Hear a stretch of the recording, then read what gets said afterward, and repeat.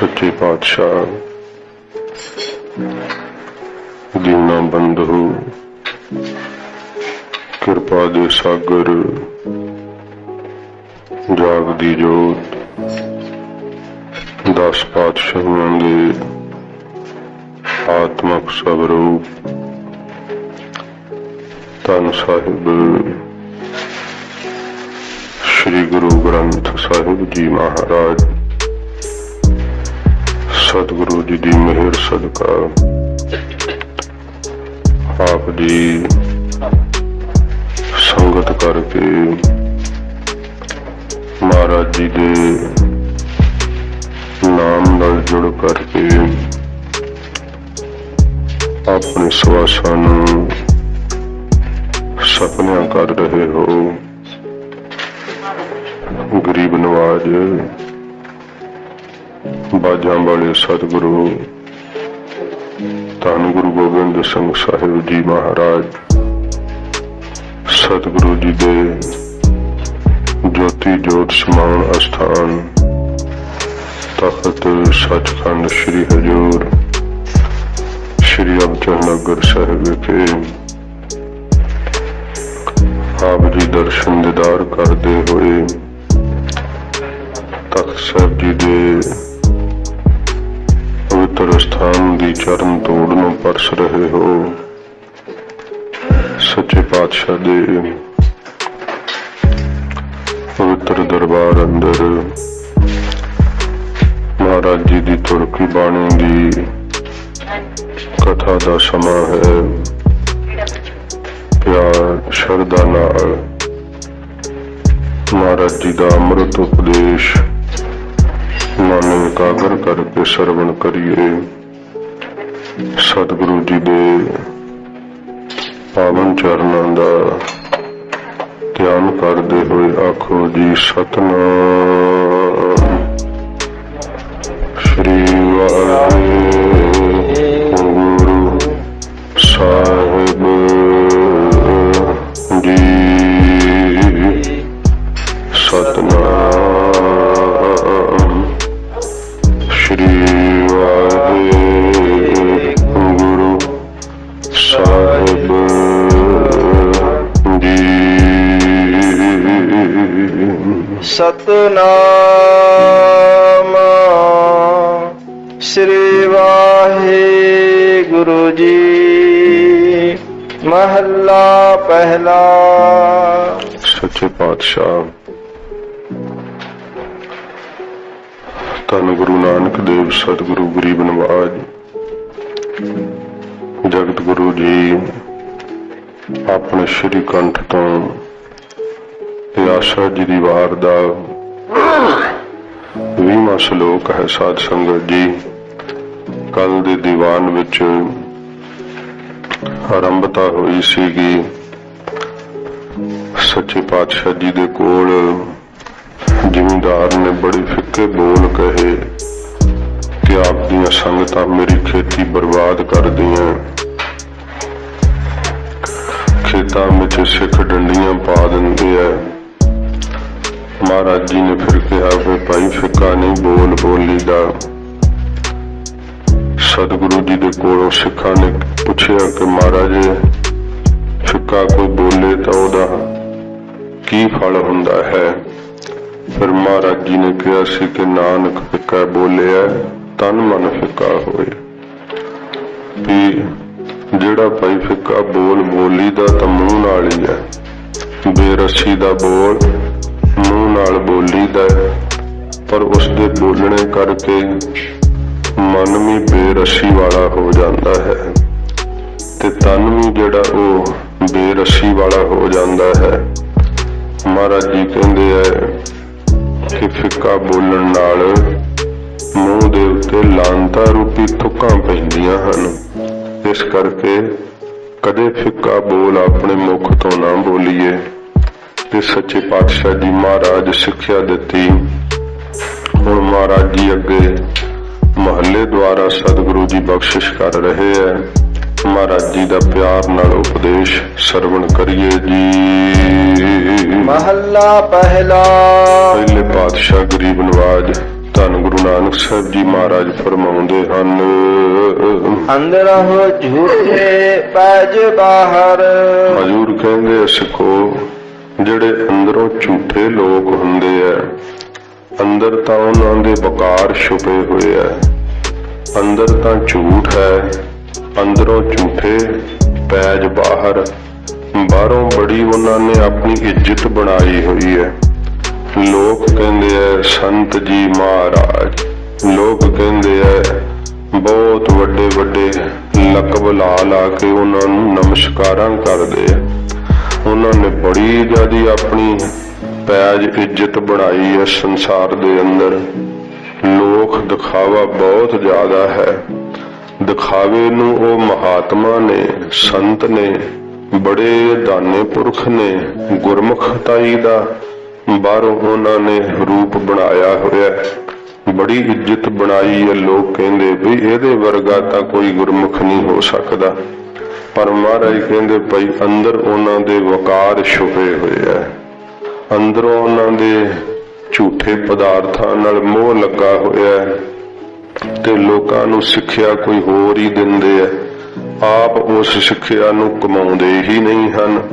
ਇਸ ਕਰਕੇ ਹਜ਼ੂਰ ਕਹਿੰਦੇ ਨੇ ਕਿ ਸਿੱਖੋ, ਜਿਹੜੇ ਅੰਦਰੋਂ ਝੂਠੇ ਹੈ, ਵਕਾਰਾਂ ਵਿੱਚ ਖੱਚਤ ਹਨ ਤੇ ਬਾਹਰ ਬੜੀ ਉਹਨਾਂ ਨੇ ਆਪਣੀ ਪੈਜ ਪ੍ਰਤਿਸ਼ਠਾ ਬਣਾਈ ਹੈ, ਬੜੀ ਜ਼ਿਆਦੀ ਇੱਜ਼ਤ ਬਣਾ ਲਈ ਹੈ ਲੋਕਾਂ ਵਿੱਚ।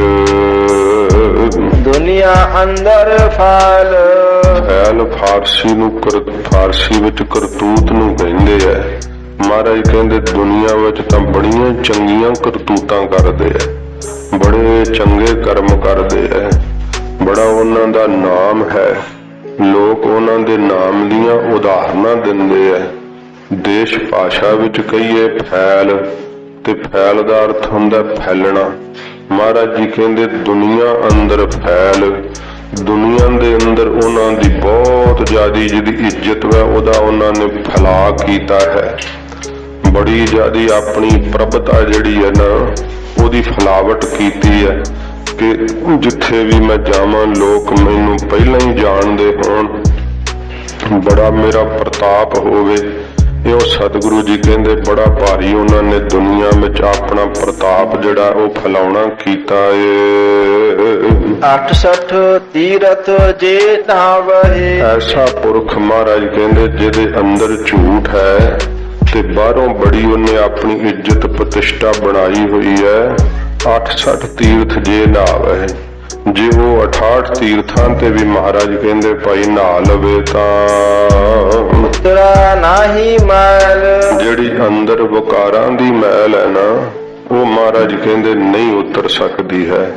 ਮਹਾਰਾਜ ਸੱਚੇ ਪਾਤਸ਼ਾਹ ਜੀ ਕਹਿੰਦੇ ਨੇ ਬਾਹਰ ਧੋਤੀ ਤੂਮੜੀ ਅੰਦਰ ਵੇਸਨ ਕੋਰ। ਇਹ ਵਾਕ ਮਹਾਰਾਜ ਜੀ ਨੇ ਕਹੇ ਹੈ ਕਿ ਸਾਧ ਭਲੇ ਅਣਨਾਤਿਆਂ ਚੋਰ ਸੇ ਚੋਰਾ ਚੋਰ। ਜਿਨ੍ਹਾਂ ਦੇ ਅੰਦਰ ਸੱਚ ਦਾ ਵਾਸ ਹੈ ਉਹ ਸਾਧੂ ਤਾਂ ਫਿਰ ਮਹਾਰਾਜ ਕਹਿੰਦੇ ਇਹ ਬਾਹਰੋਂ ਨਹਾਉਣ ਤੋਂ ਤਾਂ ਵੀ ਭਲੇ ਹੀ ਹੈ ਨਾ।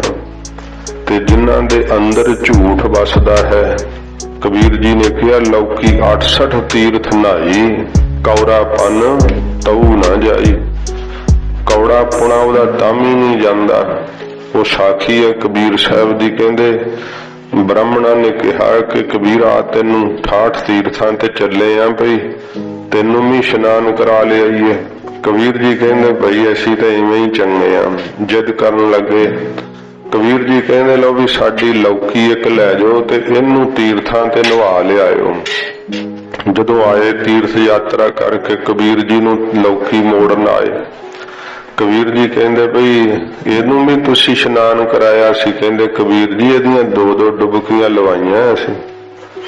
ਤੇ ਕਬੀਰ ਜੀ ਕਹਿੰਦੇ ਵੀ ਧੰਨ ਭਾਗ ਤੁਸੀਂ ਯਾਤਰਾ ਕਰਕੇ ਆਏ ਹੋ ਤੇ ਆਓ ਪ੍ਰਸ਼ਾਦ ਹੀ ਵਰਜਿਆ, ਫਿਰ ਇੱਕ ਛਕੋ ਸਾਡੇ ਕੋਲ। ਬਣ ਠਣ ਕੇ ਆ ਗਏ।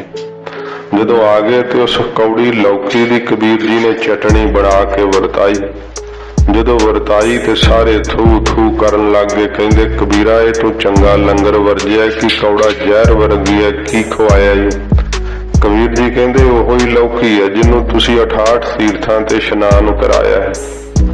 ਤੇ ਜੇ ਲੌਕੀ ਦਾ ਕੌੜਾਪਣਾ 68 ਤੀਰਥਾਂ ਤੇ ਨਹਾ ਕੇ ਨਹੀਂ ਗਿਆ ਤੇ ਪੰਡਤ ਜੀ ਵੇਖੋ ਬਾਹਰੋਂ ਨਹਾਉਣ ਨਾਲ ਅੰਦਰੋਂ ਵਿਕਾਰਾਂ ਦੀ ਮੈਲ ਕਿਵੇਂ ਚਲੀ ਜਾਏਗੀ। ਉਦੋਂ ਇਹ ਵਾਕ ਕਹੇ ਸੀ ਕਿ ਲੌਕੀ 68 ਤੀਰਥ ਨਹਾਈ ਗੌਰਾਪਨ ਤਉ ਨਾ ਜਾਈ। ਮਹਾਰਾਜ ਕਹਿੰਦੇ ਜਿਨ੍ਹਾਂ ਦੇ ਅੰਦਰ ਤਾਂ ਝੂਠ ਹੈ, ਫਰੇਬ ਹੈ, ਲੁਕਵੇਂ ਪਾਪ ਕਰਦੇ ਐ, ਬਾਹਰ ਦੁਨੀਆ ਦੇ ਅੰਦਰ ਸੰਤਪੁਣਾ ਦਿਖਾਉਂਦੇ ਐ, ਬੜਾ ਆਪਣਾ ਜਿਹੜਾ ਪ੍ਰਤਾਪ ਵਧਾਉਂਦੇ ਐ, ਦੁਨੀਆ ਅੰਦਰ ਫੈਲ, ਸੰਸਾਰ ਦੇ ਅੰਦਰ ਉਹਨਾਂ ਦਾ ਪ੍ਰਤਾਪ ਬੜਾ ਫੈਲਿਆ ਤੇ ਉਸ ਦੀ ਫਲਾਵਟ ਵਿੱਚ ਉਹਨਾਂ ਨੇ ਬੜੇ ਯਤਨ ਕੀਤੇ ਐ ਕਿ ਇਸ ਪ੍ਰਕਾਰ ਸਾਡਾ ਪ੍ਰਤਾਪ ਹੋਰ ਫੈਲੇ।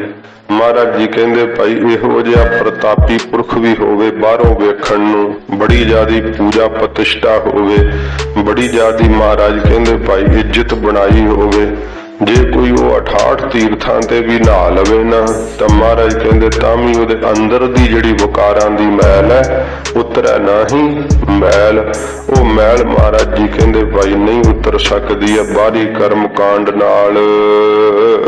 ਜਿਨ ਪਟ ਅੰਦਰ ਬਾਹਰ ਕੁੱਦੜ। ਹੁਣ ਸਤਿਗੁਰੂ ਜੀ ਫਰਮਾਉਂਦੇ ਹੈ ਕਿ ਗੁਰਸਿੱਖੋ ਜਿਨ੍ਹਾਂ ਦੇ ਅੰਦਰ ਪਟ ਰੇਸ਼ਮ ਦੀ ਨਿਆਈ, ਮਹਾਰਾਜ ਜੀ ਕਹਿੰਦੇ ਭਾਈ ਹਿਰਦਾ ਚਮਕੀਲਾ ਹੈ, ਜਿਨ੍ਹਾਂ ਦੇ ਅੰਦਰ ਪ੍ਰਕਾਸ਼ ਹੈ ਗਿਆਨ ਦਾ, ਜਿਨ੍ਹਾਂ ਦਾ ਅੰਦਰ ਰੇਸ਼ਮ ਦਾ ਕੱਪੜਾ ਨਰਮ ਹੁੰਦਾ ਹੈ ਨਾ, ਜਿਨ੍ਹਾਂ ਦਾ ਹਿਰਦਾ ਕੋਮਲ ਹੋ ਗਿਆ ਹੈ ਨਾਮ ਜਪ ਕੇ, ਨਰਮ ਹੋ ਗਿਆ ਜਿਨ੍ਹਾਂ ਦਾ ਹਿਰਦਾ, ਸੱਚੇ ਪਾਤਸ਼ਾਹ ਮਹਾਰਾਜ ਕਹਿੰਦੇ ਨੇ ਤੇ ਬਾਹਰੋਂ ਗੁੱਦੜ ਸਾਧ ਸੰਗਤ ਜੀ ਕਹਿੰਦੇ ਜਿਹੜੀ ਗੋਦੜੀ ਨਹੀਂ ਹੁੰਦੀ, ਫਕੀਰਾਂ ਨੇ ਜਿਵੇਂ ਟਾਕੀਆਂ ਦੀ ਜਿਹੜੀ ਖਪਣੀ ਪਾਈ ਹੁੰਦੀ ਉਹਨੂੰ ਗੋਦੜੀ ਕਹਿੰਦੇ ਆ।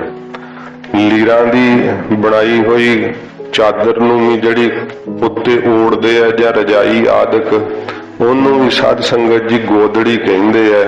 ਤੇ ਉਹ ਗੁੱਦੜ ਮਹਾਰਾਜ ਜੀ ਕਹਿੰਦੇ ਭਾਈ ਜਿਨ ਪਟ ਅੰਦਰ ਬਾਹਰ ਗੁੱਦੜ, ਜਿਨ੍ਹਾਂ ਦੇ ਅੰਦਰ ਵਾਹਿਗੁਰੂ ਦਾ ਰੇਸ਼ਮ ਦੀ ਨਿਆਈ ਨਾਮ ਵਸਿਆ ਹੋਇਆ ਹੈ, ਜਿਨ੍ਹਾਂ ਦੇ ਅੰਦਰ ਵਾਹਿਗੁਰੂ ਦੀ ਪ੍ਰੀਤ ਹੈ ਰੇਸ਼ਮ ਦੀ ਨਿਆਈ। ਪੱਟ ਰੇਸ਼ਮ ਦੇ ਕੱਪੜੇ ਨੂੰ ਕਹਿੰਦੇ ਐ, ਜਿਵੇਂ ਉਹ ਨਰਮ ਹੁੰਦਾ ਹੈ, ਉਜਲ ਹੁੰਦਾ ਹੈ, ਇਵੇਂ ਉਹਨਾਂ ਦਾ ਹਿਰਦਾ ਨਰਮ ਹੁੰਦਾ ਹੈ, ਅੰਦਰੋਂ ਉਜਲ ਹੁੰਦਾ ਗਿਆਨ ਦੇ ਪ੍ਰਕਾਸ਼ ਦੇ ਸਹਿਤ।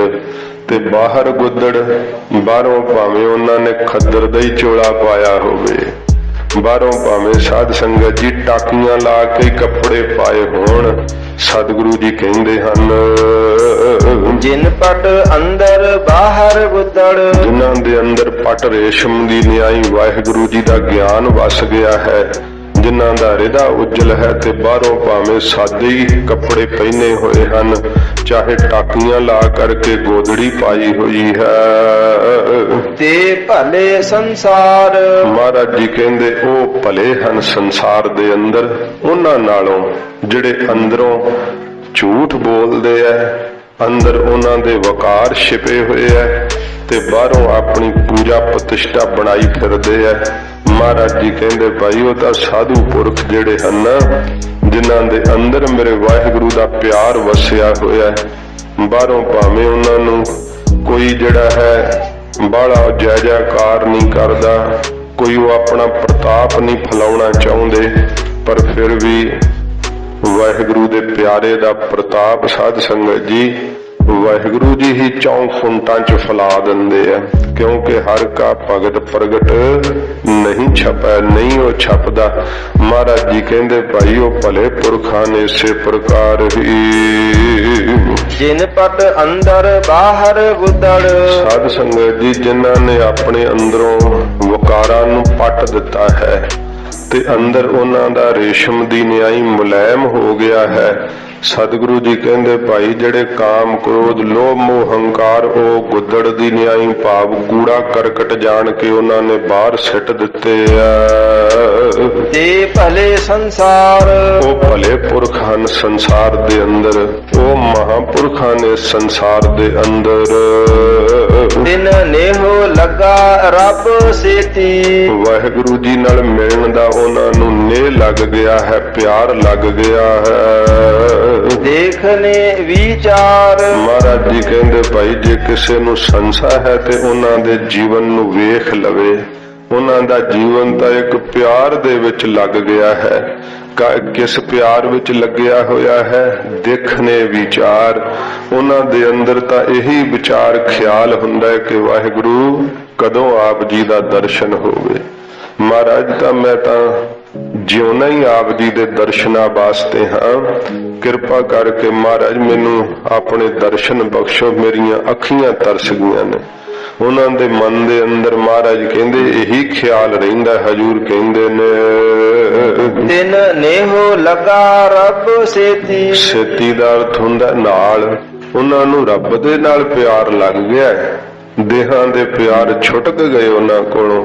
ਮਹਾਰਾਜ ਸੱਚੇ ਪਾਤਸ਼ਾਹ ਜੀ ਦੇ ਉਪਦੇਸ਼ ਨਾਲ ਸਤਿਗੁਰੂ ਜੀ ਕਹਿੰਦੇ ਧੰਨ ਉਹ ਪੁਰਖ ਜਿਨ੍ਹਾਂ ਨੂੰ ਵਾਹਿਗੁਰੂ ਦੇ ਨਾਲ ਪਿਆਰ ਲੱਗ ਗਿਆ ਹੈ ਮਨ ਬਾਣੀ ਸਰੀਰ ਕਰਕੇ। ਦੇਖਨੇ ਵਿਚਾਰ। ਵਾਹਿਗੁਰੂ ਦੇ ਦਰਸ਼ਨਾਂ ਦੇ ਖਿਆਲ 'ਚ ਹੀ ਪਏ ਰਹਿੰਦੇ। ਹਰ ਵੇਲੇ ਇਹੀ ਵਿਚਾਰ ਕਰਦੇ ਰਹਿੰਦੇ ਐ ਕਿ ਕਦੋਂ ਦਰਸ਼ਨ ਹੋਣਗੇ। ਜਿਵੇਂ ਫਰੀਦ ਜੀ ਇਹੀ ਵਿਚਾਰ ਕਰਦੇ ਰਹਿੰਦੇ ਸੀ ਕਿ ਅੱਲਾ ਕਦੋਂ ਉਹ ਦਿਨ ਆਵੇਗਾ ਜਦੋਂ ਮੈਨੂੰ ਇਹਨਾਂ ਦੋਹਾਂ ਦੀਦਿਆਂ ਨਾਲ ਤੇਰਾ ਦਰਸ਼ਨ ਹੋਵੇਗਾ। ਇਸੇ ਖਿਆਲ 'ਚ ਹੀ ਸਦਾ ਰਹਿੰਦੇ। ਰਾਤ ਦਿਨ ਮਹਾਰਾਜ ਦੇ ਦਰਸ਼ਨ ਕਰਨ ਵਾਸਤੇ। ਰੰਗ ਹੱਸਾ ਹੈ ਰੰਗ ਰੋਵਾ ਹੈ। ਮਹਾਰਾਜ ਜੀ ਕਹਿੰਦੇ ਭਾਈ ਐਸਾ ਪਿਆਰ ਦੇ ਵਿੱਚ ਪੁੱਜਿਆ ਹੋਇਆ ਪੁਰਖ ਜਿਹੜਾ ਹੁੰਦਾ ਨਾ ਰੰਗ ਹੱਸੇ, ਉਹ ਉਸ ਆਨੰਦ ਵਿੱਚ ਕਦੇ ਹੱਸਣ ਲੱਗ ਜਾਂਦਾ ਹੈ ਤੇ ਮਹਾਰਾਜ ਜੀ ਕਹਿੰਦੇ ਉਸੇ ਹੀ ਰੰਗ ਵਿੱਚ ਕਦੇ ਉਹ ਰੋਣ ਲੱਗ ਜਾਂਦੇ ਆ। ਚੁੱਪ ਵੀ ਕਰ ਜਾਏ ਤੇ ਕਦੇ ਫਿਰ ਚੁੱਪ ਵੀ ਕਰ ਜਾਂਦੇ ਆ। ਬਿਰਤੀ ਅੰਤਰਮੁਖੀ ਹੋ ਜਾਂਦੀ ਹੈ ਤੇ ਆਪਣੇ ਆਪ 'ਚ ਹੀ ਮਸਤ ਹੋ ਜਾਂਦੇ ਆ। ਇਹ ਕਿਉਂ ਹੈ ਐਸਾ? ਮਹਾਰਾਜ ਜੀ ਫਰਮਾਉਂਦੇ ਇਸੇ ਪ੍ਰਕਾਰ ਰੰਗ ਹੱਸਾ ਹੈ ਰੰਗ ਰੋਵਾ ਹੈ। ਬਿਰਤੀ ਭਾਈ ਇਕਾਗਰ ਕਰੋ। ਮਹਾਰਾਜ ਜੀ ਕਹਿੰਦੇ ਆ ਰੰਗ ਹੱਸਾ ਹੈ ਰੰਗ ਰੋਵਾ ਹੈ। ਉਹ ਕਿਉਂ ਹੱਸਦੇ ਆ? ਸਾਧ ਸੰਗਤ ਜੀ ਇਸ ਕਰਕੇ ਹੱਸ ਪੈਂਦੇ ਆ ਕਿ ਮਹਾਰਾਜ ਤੇਰੇ ਭਜਨ ਦਾ ਇੰਨਾ ਆਨੰਦ ਇੰਨਾ ਸੁੱਖ ਸੋਚਦੇ ਆ ਕਿ ਮੈਂ ਸਾਧਨ ਤਾਂ ਕੋਈ ਕੀਤਾ ਨਹੀਂ ਏਡਾ ਵੱਡਾ। ਔਗੁਣ ਵੀ ਸੀਗੇ ਮਹਾਰਾਜ ਪਰ ਤੁਸੀਂ ਗੁਣ ਔਗੁਣਾਂ ਦੀ ਵਿਚਾਰ ਹੀ ਨਹੀਂ ਕੀਤੀ। ਗੁਣ ਅਵਗੁਣ ਮੇਰਾ ਕਛ ਨਾ ਵਿਚਾਰਿਓ ਬਖਸ਼ ਲਿਓ ਖਿਨ ਮਾਹਿ। ਛਿਨ ਮਾਤਰ ਜੀ ਮਹਾਰਾਜ ਬਖਸ਼ ਲਿਆ। ਐਡਾ ਆਨੰਦ ਮਹਾਰਾਜ ਆਪ ਦੇ ਭਜਨ ਦਾ। ਇਉਂ ਮਹਾਰਾਜ ਦੇ ਭਜਨ ਦੇ ਆਨੰਦ ਨੂੰ ਪਾ ਕੇ ਹੱਸ ਪੈਂਦੇ ਆ। ਫਿਰ ਕੀਤਾ ਤੇ ਕੱਖ ਵੀ ਨਹੀਂ ਹੈ ਤੇ ਮਹਾਰਾਜ ਤਰਸ ਕਰਕੇ ਹੀ ਦੇ ਦਿੱਤਾ। ਫਿਰ ਬੜੇ ਖੁਸ਼ ਹੁੰਦੇ ਆ। ਰੰਗ ਹੱਸੇ ਇਸ ਤਰ੍ਹਾਂ ਉਸ ਆਨੰਦ ਨੂੰ ਪਾ ਕੇ ਹੱਸਦੇ ਆ ਕਿ ਮਹਾਰਾਜ ਮੈਂ ਕੋਈ ਕਮਾਈ ਨਹੀਂ ਕੀਤੀ ਪਰ ਤੁਸੀਂ ਏਡੀ ਕਿਰਪਾ ਕਰ ਦਿੱਤੀ ਮੇਰੇ ਤੇ। ਇੰਨਾ ਆਪਣੇ ਭਜਨ ਦਾ ਆਨੰਦ ਬਖਸ਼ਿਸ਼ ਕਰ ਦਿੱਤਾ। ਫਿਰ ਰੰਗ ਰੋਬ ਹੈ। ਸਾਧ ਸੰਗਤ ਜੀ ਜਦੋਂ ਸੋਚਦੇ ਹਨ ਕਿ ਮਹਾਰਾਜ ਜੇ ਤੇਰੇ ਭਜਨ ਵਿੱਚ ਇੰਨਾ ਆਨੰਦ ਸੀ ਤੇ ਪਿਛਲੀ ਉਮਰ ਕਿਉਂ ਗਵਾ ਦਿੱਤੀ ਮੈਂ। ਉਹ ਪਿਛਲੀ ਲੰਘੀ ਹੋਈ ਉਮਰ ਜਿਹੜੀ ਬਰਬਾਦ ਹੋ ਗਈ ਉਹਦਾ ਪਛਤਾਤਾਪ ਕਰਦੇ ਹੋਏ ਫਿਰ ਰੋਣ ਵੀ ਲੱਗ ਪੈਂਦੇ ਆ ਕਿ ਮਹਾਰਾਜ ਤੇਰੇ ਭਜਨ ਤੋਂ ਬਿਨਾਂ ਮੇਰੀ ਪਹਿਲੀ ਉਮਰ ਕਿਉਂ ਬਰਬਾਦ ਹੋ ਗਈ। ਫਿਰ ਜਦੋਂ ਸਾਧ ਸੰਗਤ ਜੀ ਇਉਂ ਰੋਂਦੇ ਹਨ ਫਿਰ ਮਹਾਰਾਜ ਜੀ ਕਹਿੰਦੇ ਹਨ ਚੁੱਪ ਵੀ ਕਰ ਜਾਏ। ਫਿਰ ਚੁੱਪ ਕਰ ਜਾਂਦੇ ਆ ਕਿ ਅੱਛਾ ਚਲੋ ਮਹਾਰਾਜ ਨੇ ਹੁਣ ਤਾਂ ਆਨੰਦ ਬਖਸ਼ਤਾ ਨਾ। ਫਿਰ ਇਸ ਕਰਕੇ ਚੁੱਪ ਕਰ ਜਾਂਦੇ ਮਨਾ ਚੱਲ ਹੁਣ ਤਾਂ ਆਨੰਦ ਆ ਗਿਆ ਨਾ ਤੈਨੂੰ। ਇਉਂ ਸੋਚ ਕੇ ਫਿਰ ਚੁੱਪ ਹੋ ਜਾਂਦੇ ਆ। ਆਪਣੇ ਉਸ ਆਨੰਦ ਵਿੱਚ ਮਸਤ ਹੋ ਜਾਂਦੇ ਆ। ਇਸੇ ਪ੍ਰਕਾਰ ਹੀ ਰੰਗ ਹੱਸਾ ਹੈ ਰੰਗ ਰੋਵਾ ਹੈ। ਉਸ ਭਜਨਾ ਆਨੰਦ ਵਿੱਚ ਇੰਨਾ ਉਹ ਸਾਧ ਸੰਗਤ ਜੀ ਮਗਨ ਹੁੰਦੇ ਆ ਜਦੋਂ ਉਸ ਰਸ ਵਿੱਚ ਉਹ ਲੀਨ ਹੋ ਜਾਂਦੇ ਆ ਨਾ ਤੇ ਉਸ ਆਨੰਦ ਵਿੱਚ ਹੀ ਆਏ ਹੱਸਣ ਲੱਗ ਪੈਂਦੇ ਆ। ਤੇ ਫਿਰ ਰੰਗ ਰੋਵਹਿ ਜਦੋਂ ਉਹਨਾਂ ਦੀਆਂ ਅੱਖਾਂ ਖੁੱਲਦੀਆਂ ਸੰਸਾਰ ਵੱਲ ਵੇਂਦੇ ਆ ਤੇ ਜਦੋਂ ਸਾਧ ਸੰਗਤ ਜੀ ਤਖਤ ਸਾਹਿਬ ਤੇ ਆ ਕੇ ਬੇਨਤੀ ਹੈ ਕਥਾ ਸੁਣਨ ਦਾ ਯਤਨ ਕਰਿਆ ਕਰੋ। ਮਹਾਰਾਜ ਦੇ ਹਜੂਰ ਜੇ ਰੌਲਾ ਪਾਓਗੇ ਤੁਸੀਂ ਸ਼ਾਂਤੀ ਕਿੱਥੋਂ ਪ੍ਰਾਪਤ ਕਰੋਗੇ। ਬੇਨਤੀ ਹੈ ਦੇਖੋ ਸਤਿਗੁਰਾਂ ਦੇ ਹਜੂਰ ਜੇ ਗੁਰੂ ਸਾਹਿਬ ਕੋਈ ਸਖਤ ਬਚਨ ਮਹਾਰਾਜ ਜੀ ਕਰ ਦੇਣ ਫਿਰ ਕਿੱਥੇ ਛੁਟਕਾਰਾ ਹੋਊ। ਇਸ ਕਰਕੇ ਮਹਾਰਾਜ ਤੋਂ ਡਰਨਾ ਚਾਹੀਦਾ ਹੈ। ਸਿੱਖ ਸੱਚੇ ਪਾਤਸ਼ਾਹ ਦਾ ਬਹੁਤ ਭੈ ਕਰਦੇ ਜਿਹਦੇ ਮਨ ਦੇ ਅੰਦਰ ਗੁਰੂ ਜੀ ਦਾ ਭੈ ਵਸਦਾ ਹੈ ਨਾ, ਉਹ ਸਾਧ ਸੰਗਤ ਜੀ ਹੁੰਦੇ ਕੀਰਤਨ ਕਥਾ ਵਿੱਚ ਕਦੇ ਨਹੀਂ ਬੋਲਦਾ। ਤਖਤ ਅਸਥਾਨ ਹੈ ਮਹਾਰਾਜ ਸੱਚੇ ਪਾਤਸ਼ਾਹ ਦੀਆਂ ਖੁਸ਼ੀਆਂ ਲੈਣ ਤੁਸੀਂ ਆਏ ਆ। ਇਸ ਕਰਕੇ ਜਦੋਂ ਤੁਹਾਡੀ ਉੱਚੀ ਉੱਚੀ ਆਵਾਜ਼ ਮੇਰੇ ਕੰਨਾਂ ਵਿੱਚ ਪਵੇ ਫਿਰ ਕਥਾ ਨਹੀਂ ਹੁੰਦੀ ਹੈ। ਤੇ ਇਸ ਕਰਕੇ ਵੇਖੋ ਕਿੱਥੇ ਜੁੜ ਕੇ ਸਰੋਤੇ ਸੁਣਦੇ ਆ, ਉਸ ਰਸ ਵਿੱਚ ਜੁੜ ਕੇ ਕਥਾ ਹੁੰਦੀ ਹੈ। ਤੋ ਆਪ ਕਿਰਪਾ ਕਰਕੇ ਉਸ ਆਨੰਦ ਨੂੰ ਲੈਣ ਦਾ ਯਤਨ ਕਰੋ। ਮਹਾਰਾਜ ਦੇ ਪਾਵਨ ਸਥਾਨ ਤੇ ਆਏ ਹੋ। ਗੁਰੂ ਕਲਗੀਧਰ ਸੱਚੇ ਪਾਤਸ਼ਾਹ ਤੋਂ ਬਿਨਾਂ ਕੋਈ ਸ਼ਬਦ ਦਾ ਪ੍ਰਸ਼ਾਦ ਨਹੀਂ ਦੇ ਸਕਦਾ। ਇਹ ਨਾਮ ਦਾ ਆਨੰਦ ਕੇਵਲ ਗੁਰੂ ਨਾਨਕ ਸਾਹਿਬ ਦੇ ਘਰ ਚੋਂ ਹੀ ਪ੍ਰਾਪਤ ਹੁੰਦਾ ਹੈ। ਜੇ ਇੱਥੇ ਵੀ ਨਹੀਂ ਲੈਣਾ, ਤੁਸੀਂ ਰੌਲਾ ਹੀ ਪਾਉਣਾ ਤੇ ਫਿਰ ਕਿੱਥੋਂ ਪ੍ਰਾਪਤ ਕਰੋਗੇ?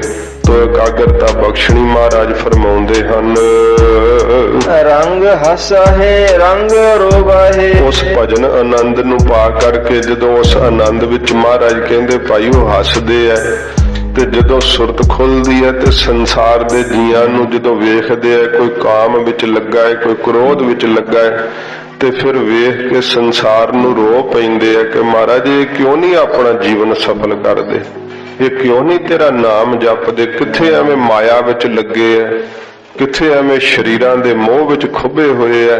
ਸੰਸਾਰ ਦੇ ਜੀਆਂ ਨੂੰ ਕੂੜ ਕਮਾਉਂਦਿਆਂ ਹੋਇਆਂ ਤੇ ਇਉਂ ਵਿਸ਼ਿਆਂ ਵਿੱਚ ਲੱਗਿਆ ਹੋਇਆਂ ਵੇਖ ਕੇ ਸਤਿਪੁਰਖ ਰੋਣ ਲੱਗ ਪੈਂਦੇ ਆ। ਚੁੱਪ ਵੀ ਕਰ ਜਾਹੇ। ਫਿਰ ਇਹ ਸੋਚ ਕੇ ਚੁੱਪ ਵੀ ਕਰ ਜਾਂਦੇ, ਅੱਛਾ ਮਹਾਰਾਜ ਜਿਵੇਂ ਤੁਸੀਂ ਮੈਨੂੰ ਸੁਧਾਰਿਆ, ਆਪਣੇ ਨਾਮ ਦਾ ਆਨੰਦ ਦਿੱਤਾ, ਤਿਵੇਂ ਮਹਾਰਾਜ ਜਦੋਂ ਇਹਨਾਂ ਨੂੰ ਸੁਧਾਰਨਾ ਚਾਹੋਗੇ ਆਪ ਸੁਧਾਰ ਲਓਗੇ। ਇਹਨਾਂ ਨੂੰ ਵੀ ਮਹਾਰਾਜ ਆਪ ਭਜਨ ਦਾ ਆਨੰਦ ਜਦੋਂ ਚਾਹੋਗੇ ਉਦੋਂ ਬਖਸ਼ ਦਿਓਗੇ। ਇਹ ਭਾਣੇ ਵਿੱਚ ਆ ਕਰਕੇ ਫਿਰ ਚੁੱਪ ਵੀ ਕਰ ਜਾਂਦੇ ਆ, ਮਹਾਰਾਜ ਦੀ ਰਜਾ ਵਿੱਚ ਆ ਜਾਂਦੇ। ਇਸੇ ਪ੍ਰਕਾਰ ਹੀ ਰੰਗ ਹਸਹਿ ਰੰਗ ਰੋਵਹਿ। ਜਦੋਂ ਨਾਮ ਦਾ ਆਨੰਦ ਮਾਣਦੇ ਆ ਨਾ, ਇਸ ਆਨੰਦ ਵਿੱਚ ਹੱਸਦੇ ਆ ਵੀ ਲੈ ਵੀ ਬ੍ਰਹਮਾ ਵੀ ਪ੍ਰਵਿਰਤੀ 'ਚ ਹੀ ਫਸਿਆ ਹੋਇਆ ਹੈ, ਇਹ ਸਭ ਮਾਇਆ 'ਚ ਹੀ ਫਸੇ ਹੋਏ ਆ, ਮਹਾਰਾਜ ਨੇ ਸਾਨੂੰ ਛਡਾ ਲਿਆ। ਇਸ ਪ੍ਰਕਾਰ ਉਹ ਹੱਸਣ ਲੱਗ ਪੈਂਦੇ ਵੀ ਕੈਸੀ ਅਸਚਰਜ ਖੇਡ ਵੈ, ਇਹ ਸਾਰੇ ਦੇਵੀ ਦੇਵਤੇ ਵੀ ਮਾਇਆ 'ਚ ਹੀ ਫਸੇ, ਪ੍ਰਵਿਰਤੀ 'ਚ ਹੀ ਫਸੇ ਐ। ਵਾਹਿਗੁਰੂ ਨੇ ਕਿੱਡੀ ਕਿਰਪਾ ਕੀਤੀ ਹੈ, ਸਾਨੂੰ ਛੁਡਾ ਲਿਆ ਹੈ ਇਸ ਅਗਿਆਨ ਤੋਂ। ਇਉਂ ਸੋਚ ਕੇ ਹੱਸ ਪੈਂਦੇ ਐ ਤੇ ਰੰਗ ਰੂਪ ਹੈ। ਕਦੇ ਸਾਧ ਸੰਗਤ ਜੀ ਉਹਨਾਂ ਨੂੰ ਫਿਰ ਬਰਾਗ ਆ ਜਾਂਦਾ ਹੈ, ਕਹਿੰਦੇ ਮਹਾਰਾਜ ਤੇਰੇ ਬਰਾਗ ਤੋਂ ਬਿਨਾਂ ਵੀ ਮਿਲਾਪ ਨਹੀਂ, ਤੇਰੇ ਬਰਾਗ ਤੋਂ ਜਿਹੜਾ ਆਨੰਦ ਆਉਂਦਾ ਨਾ, ਇਹ ਹੋਰ ਕਿਸੇ ਚੀਜ਼ ਵਿੱਚ ਆਨੰਦ ਨਹੀਂ, ਕਿਉਂਕਿ ਵੈਰਾਗ ਨਾਲ ਹੀ ਤੇਰੀ ਪ੍ਰਾਪਤੀ ਹੈ। ਉਹ ਬਰਾਗ ਵਿੱਚ ਹੀ ਕਈ ਵਾਰੀ ਕਈ ਚਿਰ ਬਰਾਗ ਕਰਦੇ ਹੋਏ ਅੱਖਾਂ ਵਿੱਚੋਂ ਅਥਰੂ ਸੁੱਟਦੇ ਰਹਿੰਦੇ ਆ। ਚੁੱਪ ਵੀ ਕਰ ਜਾਹੇ। ਤੇ ਕਦੇ ਸਾਧ ਸੰਗਤ ਜੀ ਜਦੋਂ ਅੰਤਰਮੁਖੀ ਹੁੰਦੇ ਆ ਨਾ, ਫਿਰ ਚੁੱਪ ਹੋ ਜਾਂਦੇ, ਬਾਹਰ ਕੀ ਹੋ ਰਿਹਾ ਉਹਨਾਂ ਨੂੰ ਕੁਛ ਨਹੀਂ ਉਹਦੇ ਨਾਲ ਮਤਲਬ, ਆਪਣੇ ਆਪ ਵਿੱਚ ਹੀ ਮਸਤ ਹੋ ਜਾਂਦੇ, ਵਾਹਿਗੁਰੂ ਦੀ ਰਜਾ ਵਿੱਚ ਆ ਜਾਂਦੇ ਆ। ਪਰਵਾਹ ਨਾਹੀ ਕਿਸਾ ਕੇਰੀ। ਐਸੇ ਸਤਿਪੁਰਖਾਂ ਨੂੰ ਮਹਾਰਾਜ ਕਹਿੰਦੇ ਭਾਈ ਕਿਸੇ ਰਾਜੇ ਮਹਾਰਾਜੇ ਦੀ ਪਰਵਾਹ ਨਹੀਂ ਹੁੰਦੀ ਉਹਨਾਂ ਨੂੰ, ਭਾਵੇਂ ਕੋਈ ਕਿੱਡਾ ਸ਼ਕਤੀਸ਼ਾਲੀ, ਕਿੱਡੀਆਂ ਹਕੂਮਤਾਂ ਹੋਣ, ਉਹਨਾਂ ਨੂੰ ਕਿਸੇ ਦੀ ਪਰਵਾਹ ਨਹੀਂ ਹੁੰਦੀ ਹੈ। ਜਿਵੇਂ ਸੰਤ ਬਾਬਾ ਅਤਰ ਸਿੰਘ ਜੀ ਮਹਾਰਾਜ ਹਾਥੀ ਦੇ ਉੱਤੇ ਸਾਧ ਸੰਗਤ ਜੀ ਗੁਰੂ ਗ੍ਰੰਥ ਸਾਹਿਬ ਜੀ ਦੀ ਜਿਹੜੀ ਸੀ ਨਾ ਪਵਿੱਤਰ ਪਾਲਕੀ ਸਾਹਿਬ, ਤੇ ਆਪ ਮਹਾਂਪੁਰਖ ਚੌਰ ਕਰ ਰਹੇ ਸੀ। ਉਹ ਜਾਰਜ ਪੰਚਮ ਜਿਹੜਾ ਸੀ ਉਹ ਸਮੇਂ ਦਾ ਜਿਹੜਾ ਇੱਥੋਂ ਦਾ ਗਵਰਨਰ, ਤੇ ਉਹਦੇ ਹੁੰਦਿਆਂ ਹੋਇਆਂ ਮਹਾਂਪੁਰਖਾਂ ਨੇ ਫਿਰ ਸ਼ਬਦ ਪੜਿਆ ਸੀ, ਹਰ ਸਮਾਨ ਨਹੀਂ ਕੋਈ ਰਾਜਾ, ਇਹ ਰਾਜੇ ਸਭ ਦਿਵਸ ਚਾਰ ਕੇ ਝੂਠੇ ਕਰਤ ਦਿਵਾਜਾ। ਮਹਾਂਪੁਰਖਾਂ ਨੇ ਸ਼ਬਦ ਕੇ ਬੇਪਰਵਾਹ ਸੀਗੇ, ਉਹ ਵਾਹਿਗੁਰੂ ਦੇ ਪਿਆਰ ਵਿੱਚ ਭਿੱਜੇ ਹੋਏ ਬੇਪਰਵਾਹ ਹੁੰਦੇ, ਕਿਸੇ ਪੁਰਖ ਦੀ ਕਿਸੇ ਰਾਜੇ ਦੀ ਉਹਨਾਂ ਨੂੰ ਪਰਵਾਹ ਨਹੀਂ ਹੁੰਦੀ ਹੈ। ਬਾਜ ਸੱਚਾ ਨਾਹ। ਇੱਕ ਜਿਹੜਾ ਸੱਚਾ ਹੈ ਨਾ, ਨਾਹ ਪਤੀ ਪਰਮੇਸ਼ਰ ਸਦਾ ਰਹਿਣ ਵਾਲਾ, ਉਹਦੇ ਤੋਂ ਬਿਨਾਂ ਉਹਨਾਂ ਨੂੰ ਕਿਸੇ ਦੀ ਪਰਵਾਹ ਨਹੀਂ, ਇੱਕ ਵਾਹਿਗੁਰੂ ਦੀ ਹੀ ਪਰਵਾਹ ਕਰਦੇ ਐ, ਕਿਉਂਕਿ ਉਹਦੀ ਰਜਾ ਵਿੱਚ ਚੱਲਦੇ, ਉਹਦੇ ਹੁਕਮ ਵਿੱਚ ਚੱਲਦੇ ਐ। ਸੱਚੇ ਵਾਹਿਗੁਰੂ ਤੋਂ ਬਿਨਾਂ ਉਹ ਕਿਸੇ ਹੋਰ ਦੀ ਪਰਵਾਹ ਨਹੀਂ ਕਰਦੇ ਹਨ। ਦਰਵਾਟ ਉੱਪਰ ਖਰਚ ਮੰਗਾ। ਸੱਚੇ ਪਾਤਸ਼ਾਹ ਜੀ ਫਰਮਾਉਂਦੇ ਐ ਕਿ ਸੰਸਾਰ ਰੂਪੀ ਦਰ ਦੇ ਉੱਤੇ ਖਲੋਤੇ ਹੋਏ ਸਾਧ ਸੰਗਤ ਜੀ ਉਹ ਪ੍ਰਲੋਕ ਦੇ ਵਾਟ ਰਸਤੇ ਦਾ ਨਾ ਮਹਾਰਾਜ ਦੇ ਕੋਲੋਂ ਨਾਮ ਰੂਪੀ ਖਰਚਾ ਮੰਗਦੇ ਆ। ਉਹਨਾਂ ਨੂੰ ਹੋਰ ਕੁਝ ਨਹੀਂ ਚਾਹੀਦਾ, ਕਹਿੰਦੇ ਮਹਾਰਾਜ ਆਪਦੇ ਨਾਮ ਦੀ ਪੂੰਜੀ ਦਿਓ, ਦਰ ਵਾਟ ਉੱਪਰ ਖਰਚ ਮੰਗਾ।